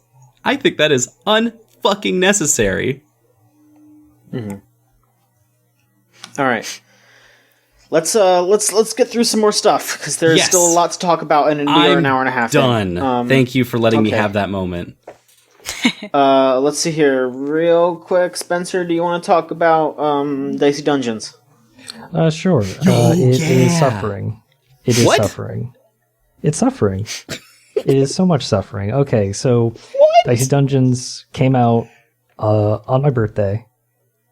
Happy birthday. Thank you. Happy birthday. Happy Skull Day. So I've been playing it. It's really fun. You play as little dice characters and you go through, and it's just like your usual like roguelite. I guess like it's a deck building, like a Slay the Spire kind of, I've heard. Yeah. It's kind of like that. Yep. And it's got a very simple rhythm of like, you beat a certain number of enemies, you level up, you get a full heal, you can keep going through the dungeon. But the fun part is your character has a set amount of dice and they roll them, and you use those on your actions or your equipment to execute whatever the action is. So like your character might be like, oh, I have a broadsword, which does whatever damage that the dice you put into it has. So if you put a 6 into it, then it does 6 damage, and you just kind of do stuff like that. It's got a very fun like elemental system where each of the elements not only does damage, but it also like does a special effect, like freezing enemies puts one of their dice down to 1. So if they rolled a 6, nope, it's down to 1. Oh, that's cool. And then burning an enemy with like fire makes it so that they have to spend 2 HP if they want to use the dice that's on fire. So it's pretty fun. Where the game becomes really interesting is like you start off with like the warrior dice, who's just like, I'm a warrior, I'm a regular adventurer, I just have like weapons, and as you go through you just get more weapons, and it's real fun and cute. And then you get to the thief, the thief is like, I have some little tricky things I can do. Like I can, like the whole thief's whole thing is like, he starts each fight with a piece of equipment that the enemy has. So it's kind of like you get to use their shit against them, which is real fun. And from there, the characters just go completely buck wild. Like the next character you get is a robot, and the robot doesn't roll dice. The robot literally has like a little calculate button that you press, and it gives you a dice based on the number that pops out. So if you get a 5, it gives you a 5 dice. And you try to get like you play like a little blackjack game where it's like, there's a number that you want to hit, and if you hit it by hitting all the dice, you get a little jackpot, and then you can do like a special move with that jackpot. Rules. But if you go over the jackpot, you bust, and then all of the stuff that you can use, all of your equipment gets canceled out. You can't use anything. So you have to play this game of like, Do I keep rolling to try to get more dice so I can use more actions, or do I play it safe and just go with just use the dice as I can with what I have now? And then you get the inventor, and her thing is, you have like a little gadget that you can just use for free without spending dice. However, she turns like equipment in her inventory into the new gadget. So you have to play this game of like saving the items you want to keep and not using them, because every time you beat a fight, you have to sacrifice a piece of your equipment to make a new gadget. This is balanced by the fact that she finds more items than all the other characters, but it takes a little like planning ahead that you don't really have to do with the other characters. And then we get to the two Hell Children characters. The first one being the Witch. The Witch is a cool concept in that she has like little spell slots that are slotted with spells in her spell book. And there's one spell per like each side of the dice. So there's a spell for the 1, there's a spell for the 2. When you roll that number, you can put the dice into her spell book, and then you can like take that spell that's assigned to that number and place it on one of your spell slots. And from there, you can then roll all of your dice and use that spell. However, you can only use that spell once per turn, unless you spend another dice to reactivate it. Oh no! The Witch is like in the game. The Witch's difficulty is like 5 stars out of 5 stars, and she definitely feels like the hardest to play. But when you get to some later game modes for her, it gets really buck wild, because like in her second game mode, the 4th spell slot is just a random spell every time, and so you can do some real cheeky stuff with that. Like I had because she gets a spell where she can memorize whichever spell's in that random slot, and you can just have it permanently.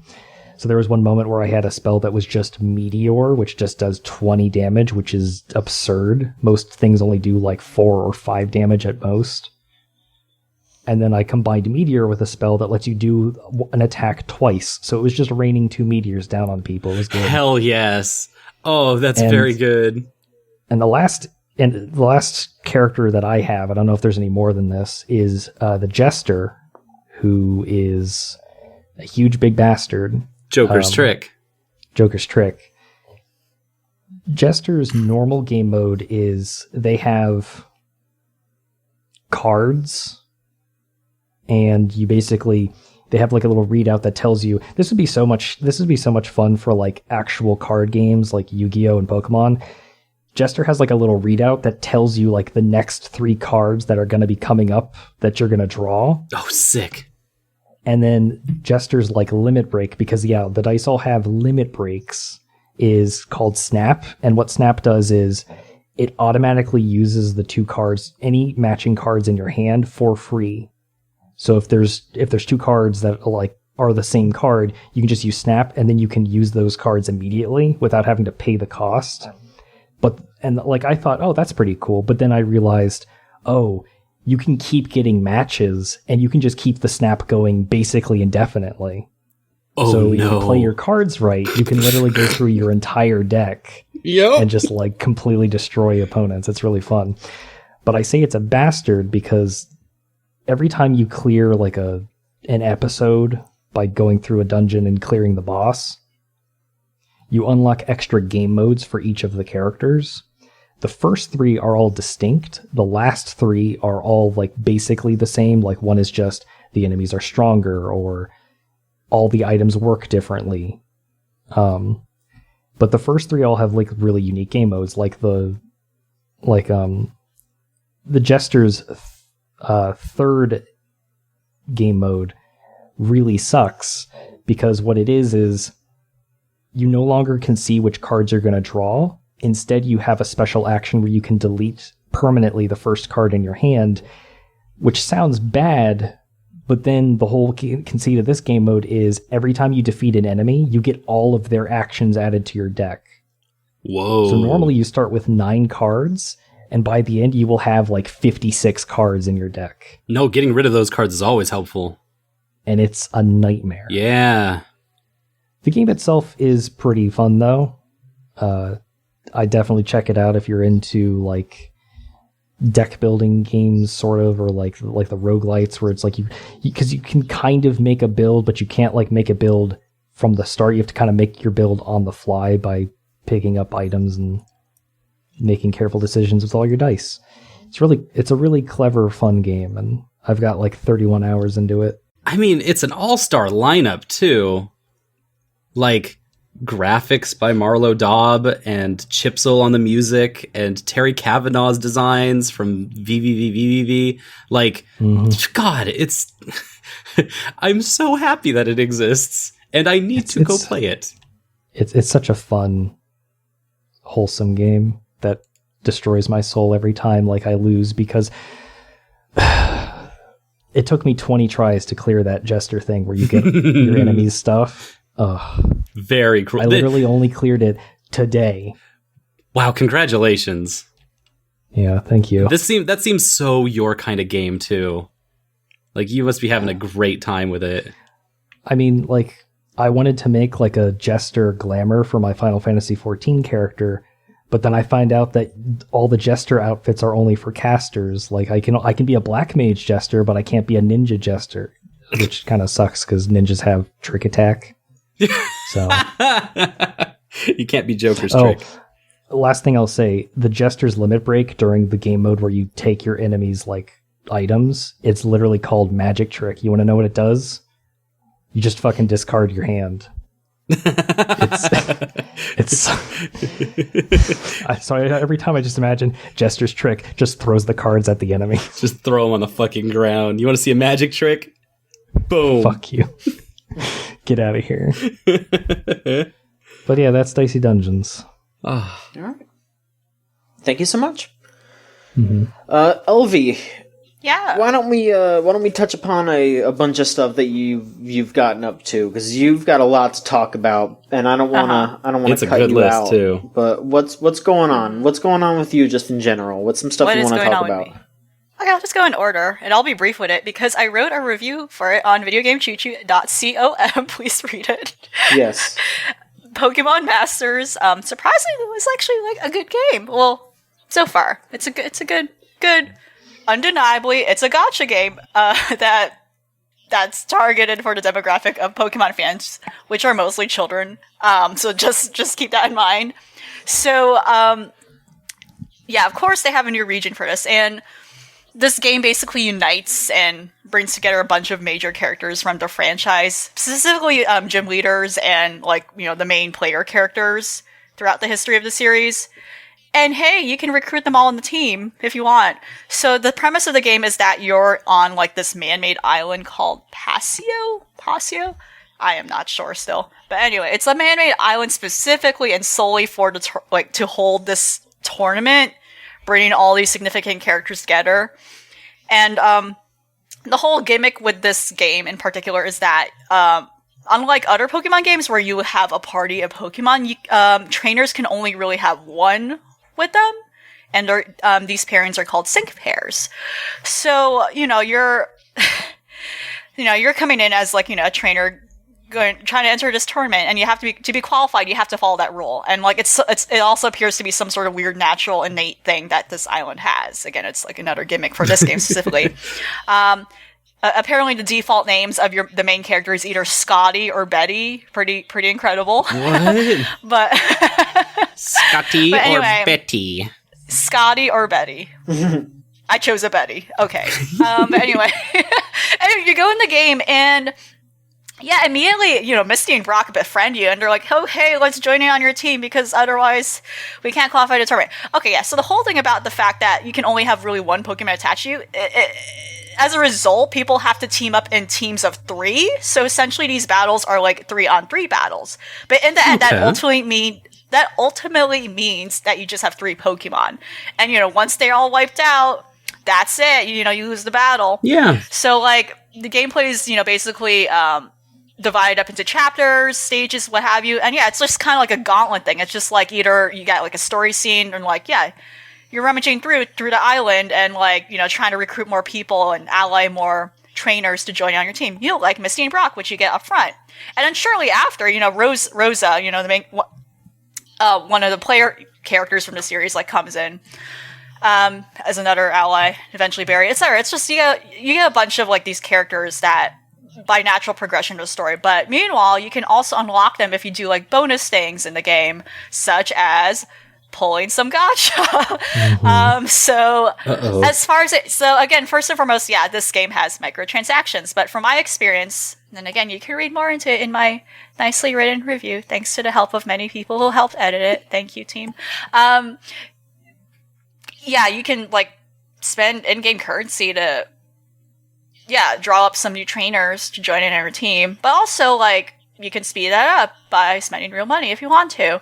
But so far, like, you know, from my playthrough of the game up to a certain point, like the microtransactions don't inhibit the playing experience, I feel like, and a lot of stuff can be just gained in game. Like, you know, again, it will take longer, but really the only reason you want to spend real money is you just want to speed things up, and you know, but otherwise you can play through the game without really needing to spend a single dime. And the crazier thing about this game is that there's no stamina limit to stop you from like just endlessly playing this through the whole day and wasting your hours away. You know, most mobile games have some sort of like daily stamina limit where it's like, okay, you played enough, or you like did enough rounds, or you like played enough stages. You ran out of health basically. So you gotta wait until tomorrow until that refreshes, or like in the next 24 hours. Pokemon Masters does not have that. You can literally like run through this whole game and forget time has passed, and that's pretty dangerous.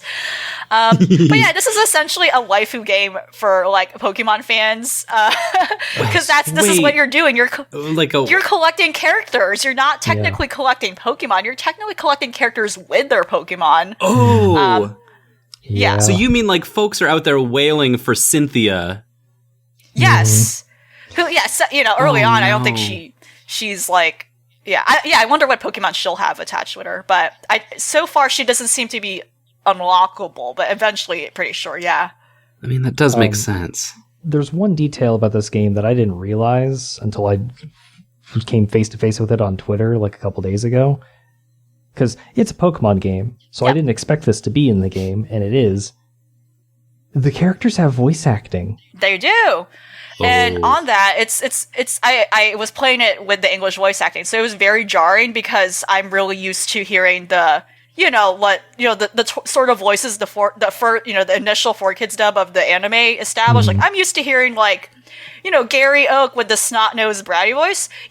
But it's clear that these characters are very different from the anime. We always knew that. These video game characters are so different from their anime incarnations. But still, I kind of expected Blue to have like that same voice.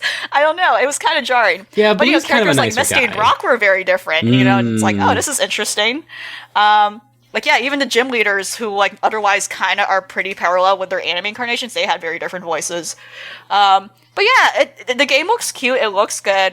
Again, it's a game with microtransactions. That's a fact. But otherwise, I felt like it didn't inhibit like enjoyment of it. It is a fun little. It's a fan service game. That's really what it is. It's a fan service game. You're making a harem of like Pokemon characters you like. Like that's what it is. Mm-hmm. Oh yeah, and the most important thing, the battles. The battles feel like my best comparison is the active time battle system in the Final Fantasy games, because it's not explicitly turn-based, like literally, like it is turn-based, but you're like following basically a meter, like a power gauge on the bottom where like, you just wait on a cycle until you're able to do something. So you have to be very strategic in terms of like, oh, should I wait a little until I use this item, or is that going to screw me over because I used that too soon?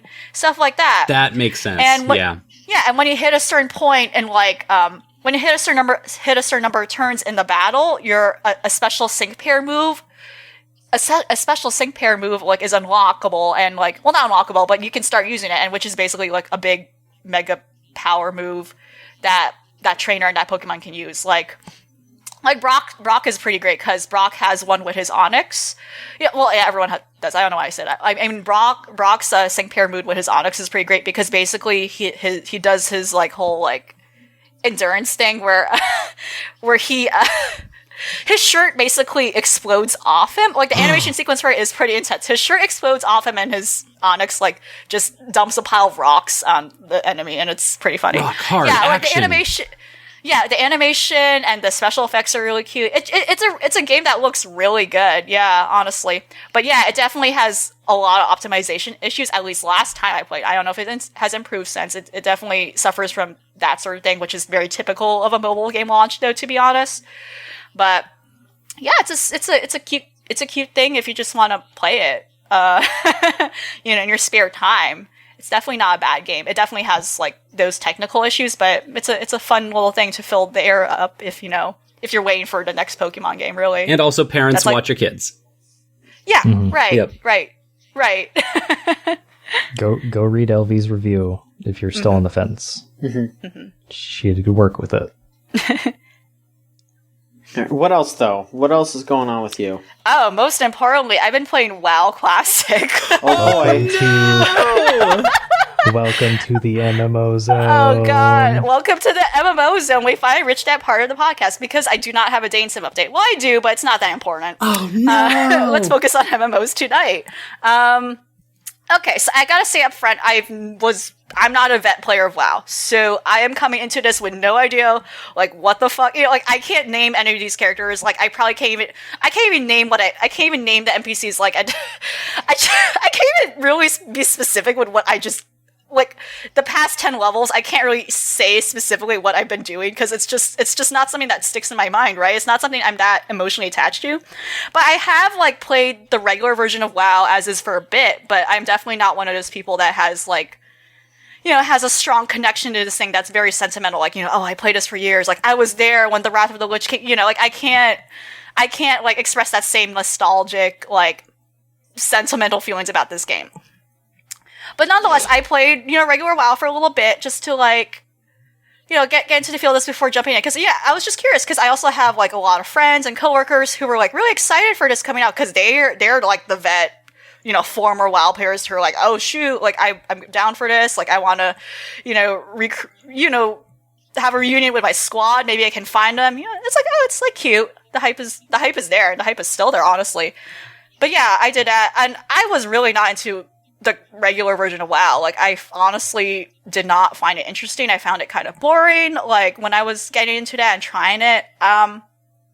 But getting to Classic, I definitely see the difference immediately and see, like, okay, this is what some people wanted or, like, what people were talking about. Like, and well, first things first, the main difference is that it feels very challenging at first. Like, I would compare it to my other experiences with other MMOs where a lot of them make force you through this basically tutorial phase up to level 10, really, or a certain point.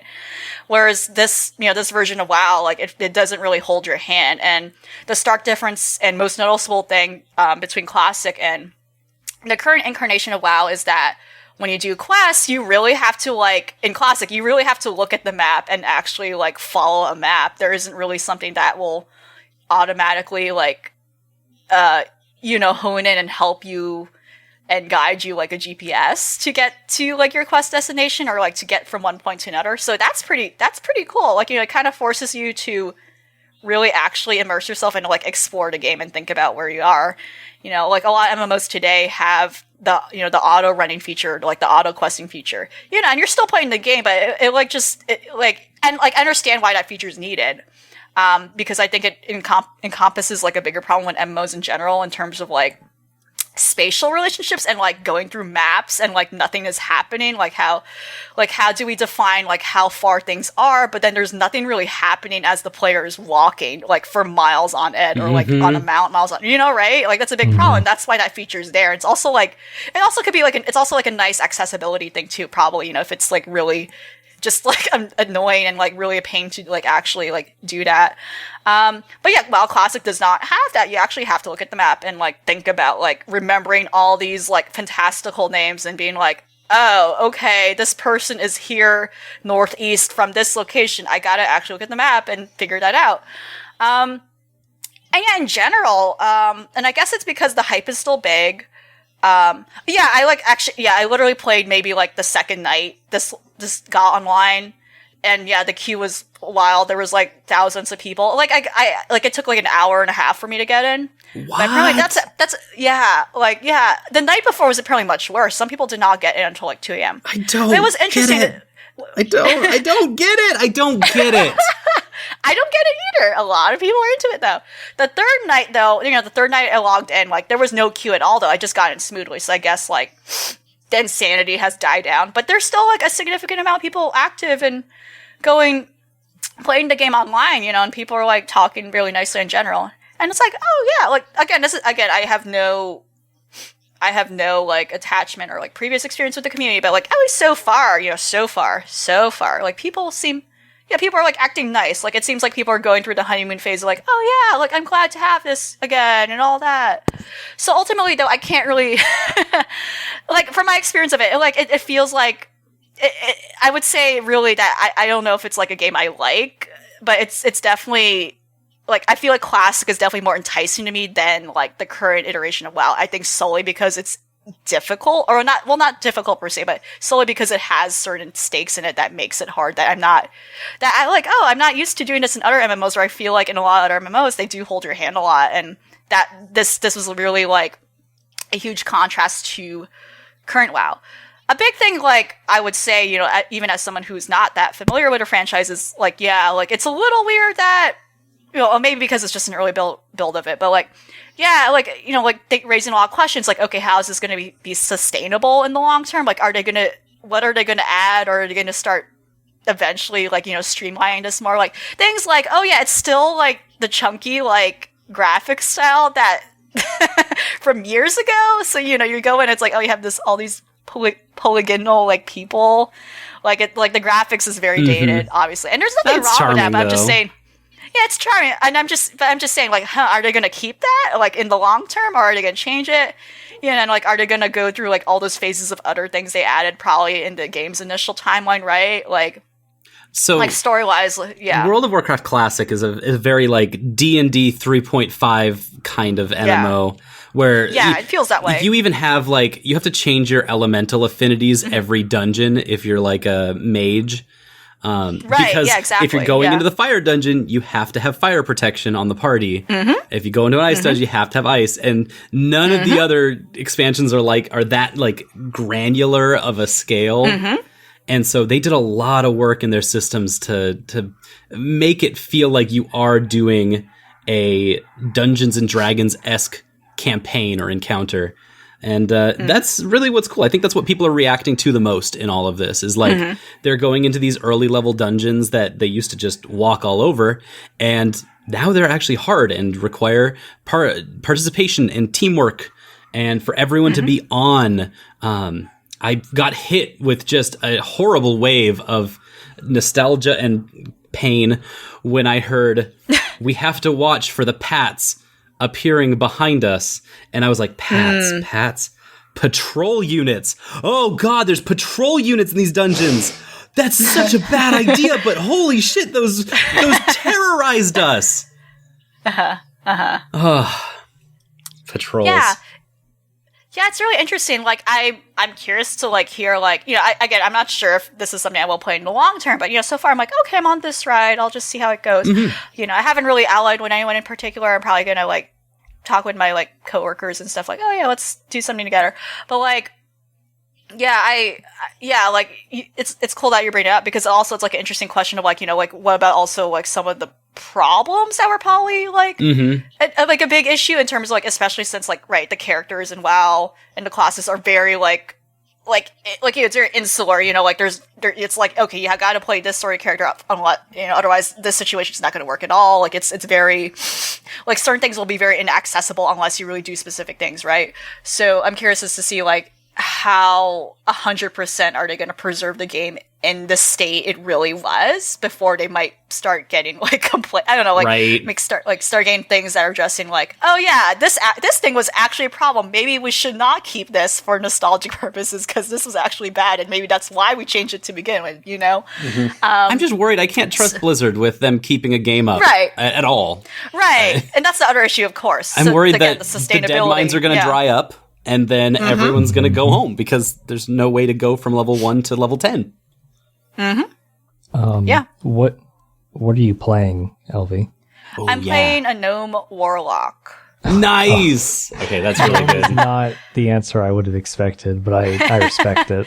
And I'm aware, right? The gnome is kind of like, their homeworld was destroyed. Is that correct? I think so. Yeah, that's why their starting point is the same with dwarves, because you find out later on, like, something happened, fucked up with their, I don't know. So that's interesting. Yeah, the things about WoW is, like, the weird, cruel, the inherently cruel stuff that just is told to you up that, like, oh, you gotta murder this thing, like, oh yeah, like, by the way.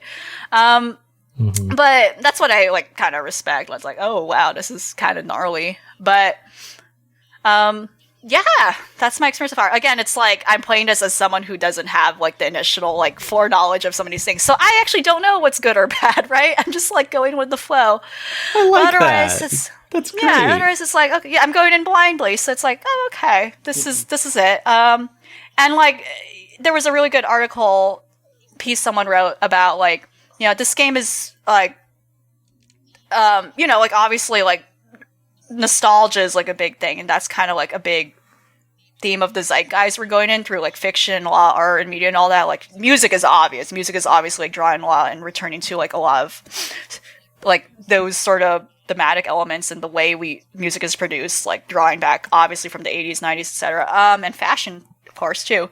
But with video games specifically, like, that, there's that big discussion when it comes to, like, the archival of video games.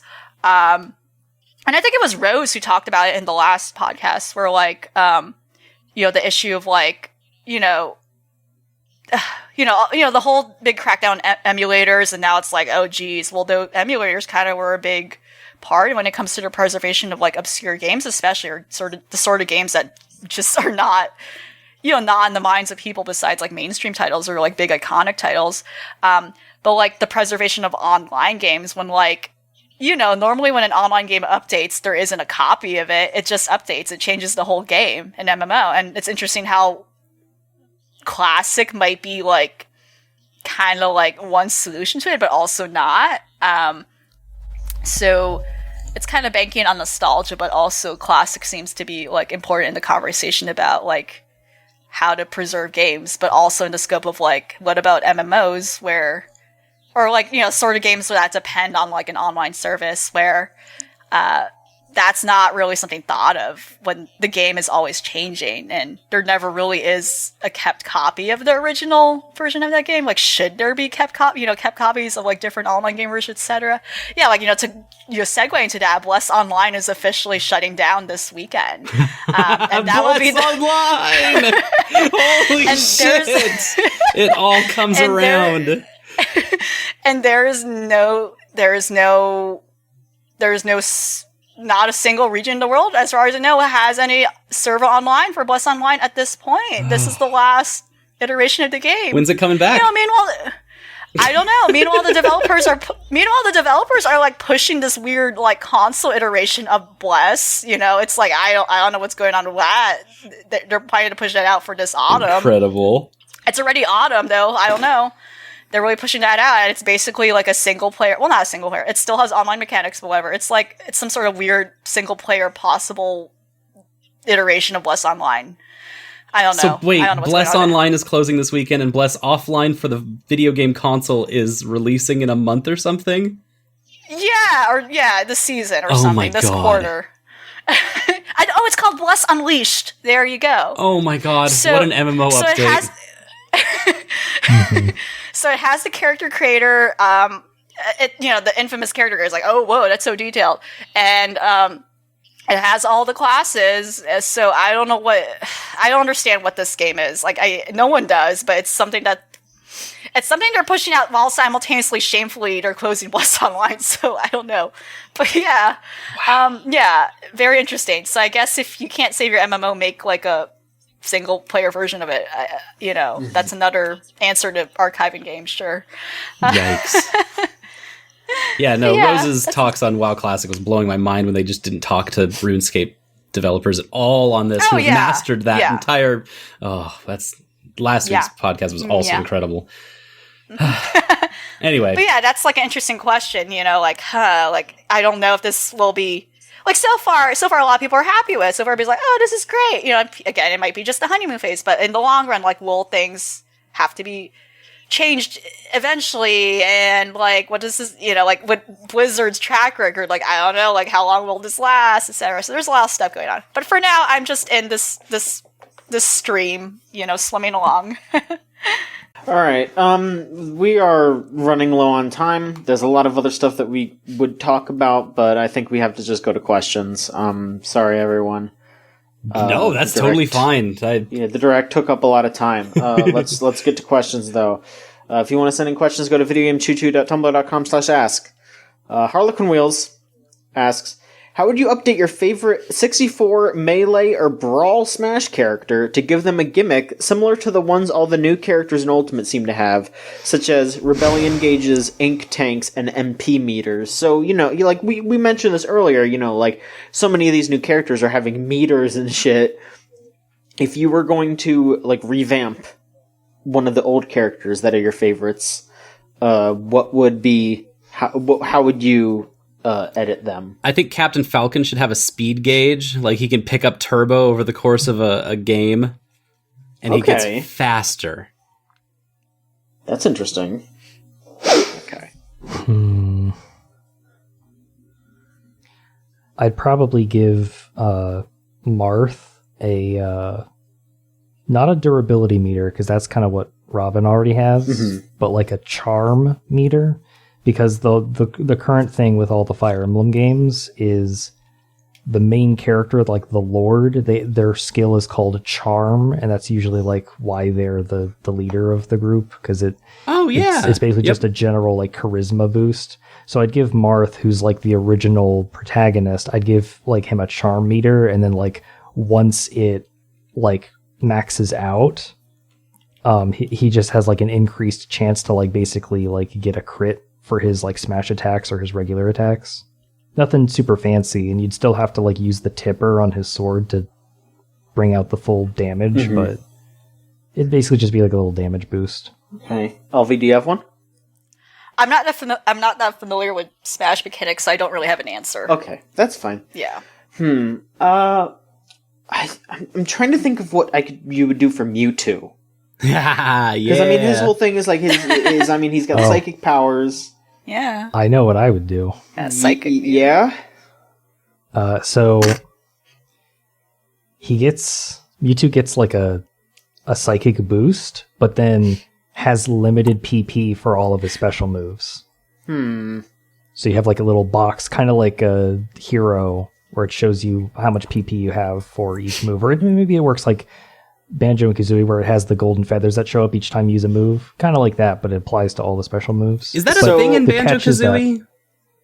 Where he can only use that move like 5 times before he runs out of power? You pick up golden feathers around the map, and that's how many times you can use it. And the feathers aren't, at least in the first game, the feathers aren't how many times you can use it, it's how long you can use the move. Yes, they edited it slightly, but yeah. Yeah, but I mean, like, in my idea, like, those moves would be super powerful, like Teleport does damage or whatever, and Shadow Ball does a shit ton of damage for those. So here's my idea. Kind of based on some stuff from the first movie. Since Mewtwo can, control minds, I was thinking, like, maybe some kind of influence meter, or maybe Mewtwo can use certain moves to, like, kind of take more and more control of your opponent.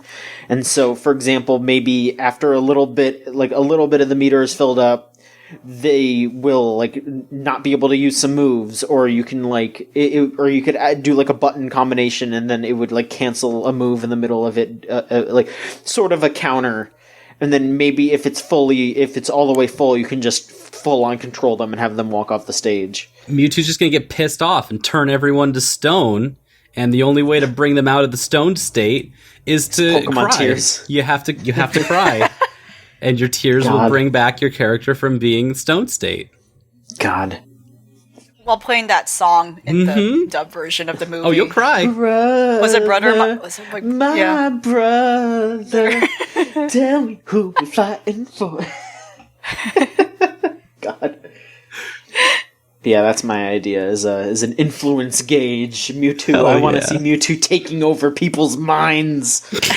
Great question, Harlequin It's a Wheels. little overpowered, but all right. I don't fucking. have you seen what's going on with Hero? Like, I don't care. I don't care if Mewtwo's banned. I don't care. At least Hero stuff is luck based. I don't care. That's what I want it to be. And then you can fight back against it. You know, like it would be something like it would be like you have to like sit still and be like and like look at the opponent and they have to be looking at you to do it, and it has to be like a clear line of sight. Like if it's with like confusion, like the side B thing that flips them, where it's like something like that, eye contact, then that would be fine. And it lowers over time too. That's what I would think. All right. Shulis asks, now that Banjo is able to use firearms in Smash, can he be stopped? No. The bear with the gun.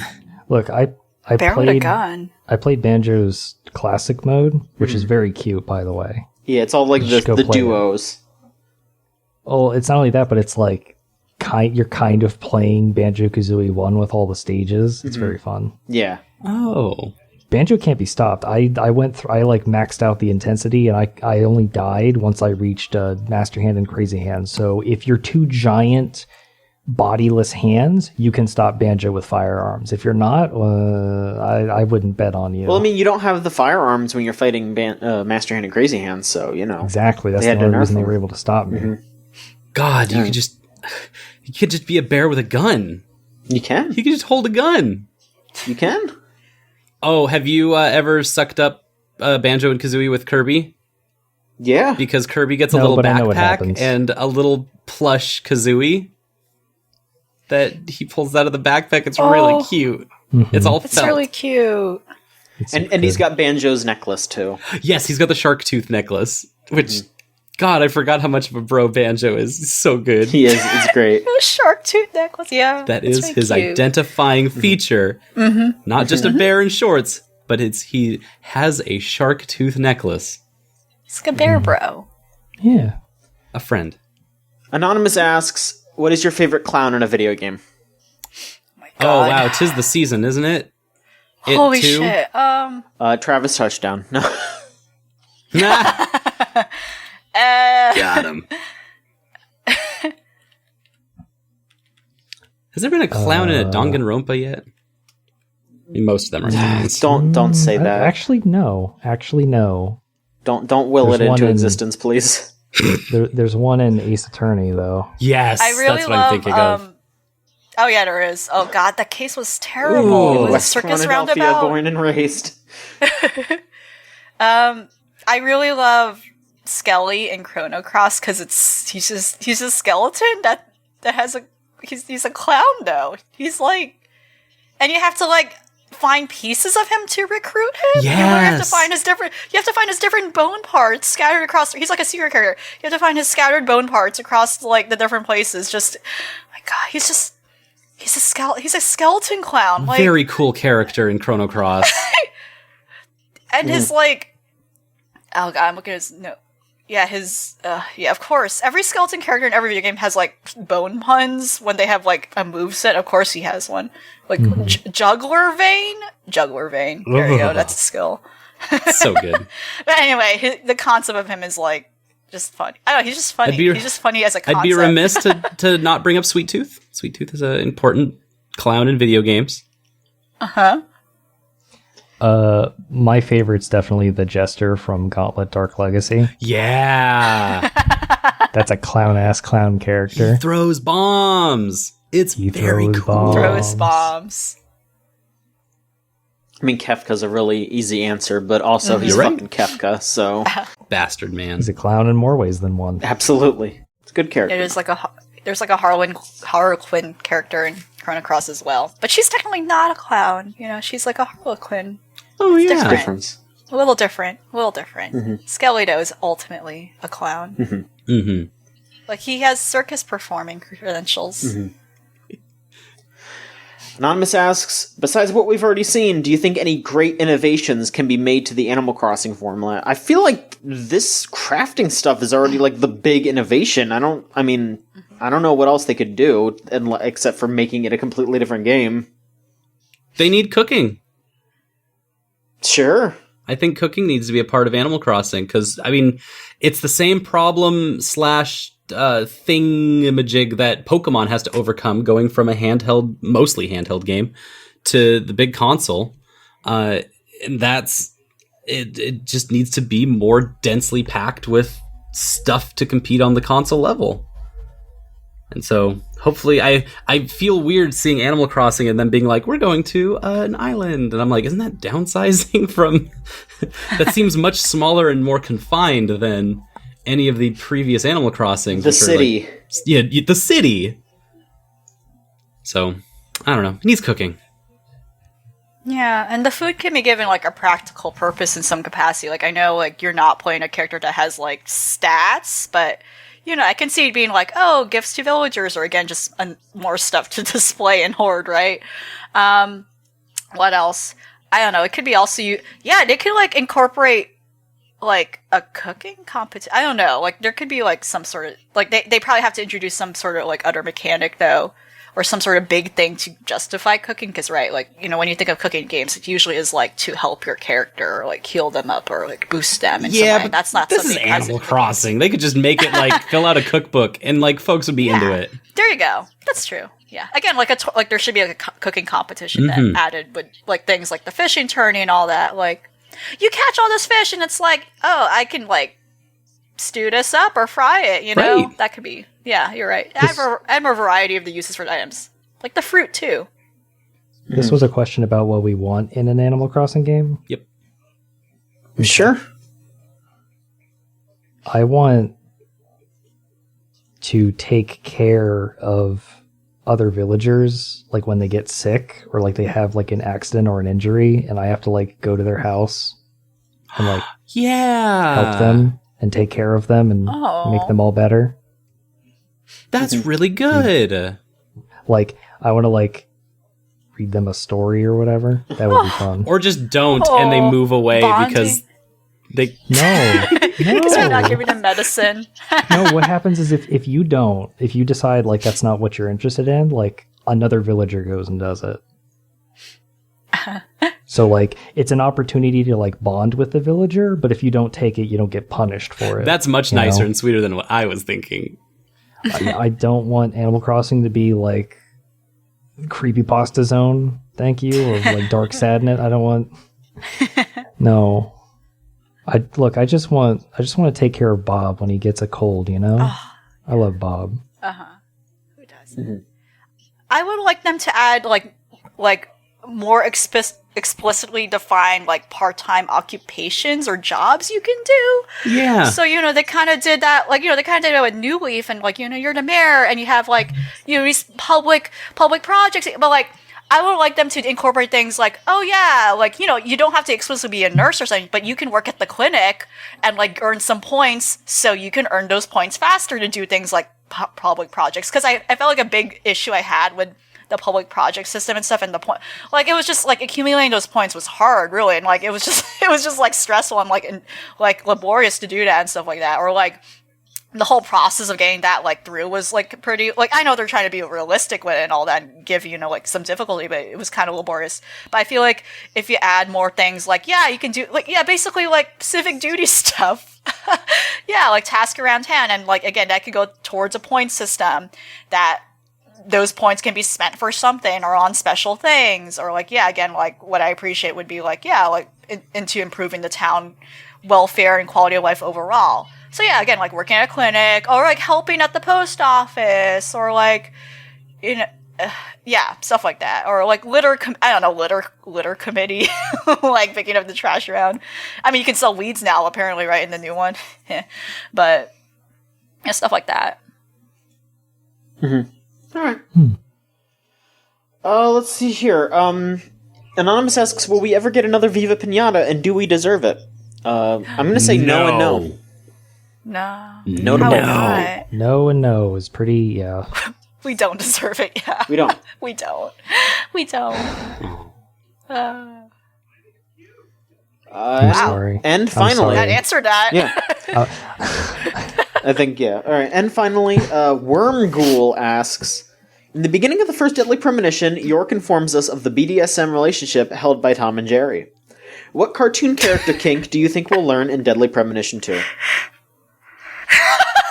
Wah. I did see that scene this morning, and I forgot that was the cold opening to Deadly Premonition. It's so good, though. I mean, it's a little bit in. Like, there's it's a lot, yeah. but That is, I think it preps you for the insanity of the game, honestly. Like, I just... they introduce Francis York Morgan to the game. They give him the, title card, his name and everything. Yep. While he's on the phone with the DA or whatever, just idly talking about how Tom and Jerry are in a co-mutual relationship of hurting each other. Mm-hmm. So this was a question for what we're going to see in the next game DP2. related to... Okay. Yeah, what new kink? What would be the cold open? Okay. So I've got this theory. I think it's going to be the Jetsons. I think they're going to get into what's going on with the robot that's there. Because she's I could see that. servant lady in this futuristic city. I think they're just going to talk about robots as slaves. I would like to see the exploration of... Sorry, I'm talking... Okay, That's it. That's all I got. Okay. We got there. I would like to see the exploration of, the Scooby-Doo gang, Mystery Incorporated, actually being a polyamorous relationship. Yep. God.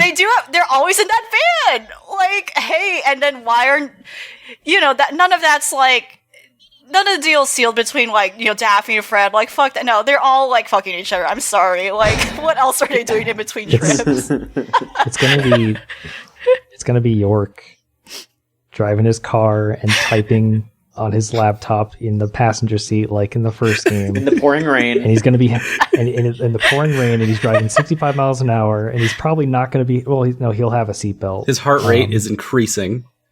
And he'll be on a phone, and he'll be having a heated discussion, trying to convince whoever the poor soul on the other side of the phone that the relationship between Roger and Jessica Rabbit is not bestiality, because Roger is a sentient being and is not just a straight rabbit. Lord. God. I could see that. Yeah. Anything to add, John? I don't have anything. That was a too good of one. We really went the full circle of cartoons there. Maybe it would also just have him just talking about how bad Cool World is too.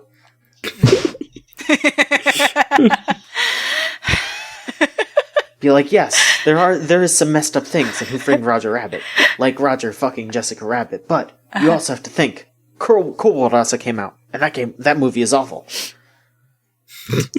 Do you think he'll mention food fight? Oh my god! Oh my god! I would like that. Charlie Sheen turned in an awful performance in that particular film. Oh my god, Christopher Lloyd! Will he reference act? Oh my god! That movie is a. Was that Hilary Duff? That was Hilary. I think so. Yeah. That was Hilary Duff. The furry. She's like a cat girl. Yeah, she's an anthro. She's a cat girl. There were so many. Eva Longoria. Oh, there were so many. Oh, star-studded. Star-studded. Took a while to make. Yeah. Oh my god. Because someone stole the original version. Alright, well, that should do it for this week's show. Thank you all so much for being on. It was a treat. Of course, if you want to follow us on Twitter, it's at VGChooChoo. Follow us on Tumblr at videogamechoochoo.tumblr.com. Thank you to Magic Circuit /Melt Channel for our theme song Crush off of the album Magic is Real. If you want to listen to that and other Melt Channel songs, it's meltchannel.bandcamp.com, or look up Magic Circuit on Spotify for their new stuff. Go check out our Discord, thegamezone.zone. Type that into your web browser and you can check us out and hang out and have a good time. Also, we have our Patreon, which is patreon.com/VGCC, where you can get our podcasts and videos early. We have our Chuchigatari Unlimited Train Works, our anime podcast. We have the Spyro Let's Play. And we will have new stuff very, very soon. So look forward to that. And that should do it. We will be back next week with another episode of the Video Game Choo Choo podcast. I have one very special announcement. Okay, go ahead. It's been 2 hours. I know it's been going long, but this podcast healed me. I am fully healed from my sickness. I feel so much better. I have no idea how this worked, but from the beginning of this podcast to the end, I know I said I was very sick at the beginning. Well, here we are. I'm healed. I think you just had to get that PAX shit talk out of you. I got the pox out of me. You talked shit about PAX and the toxins pox. got out of you. Oh, The gamer gunk like evaporated. You sweat it out. Mm-hmm. Thank you, everyone. Healing podcast. Thank you everyone for listening. So long.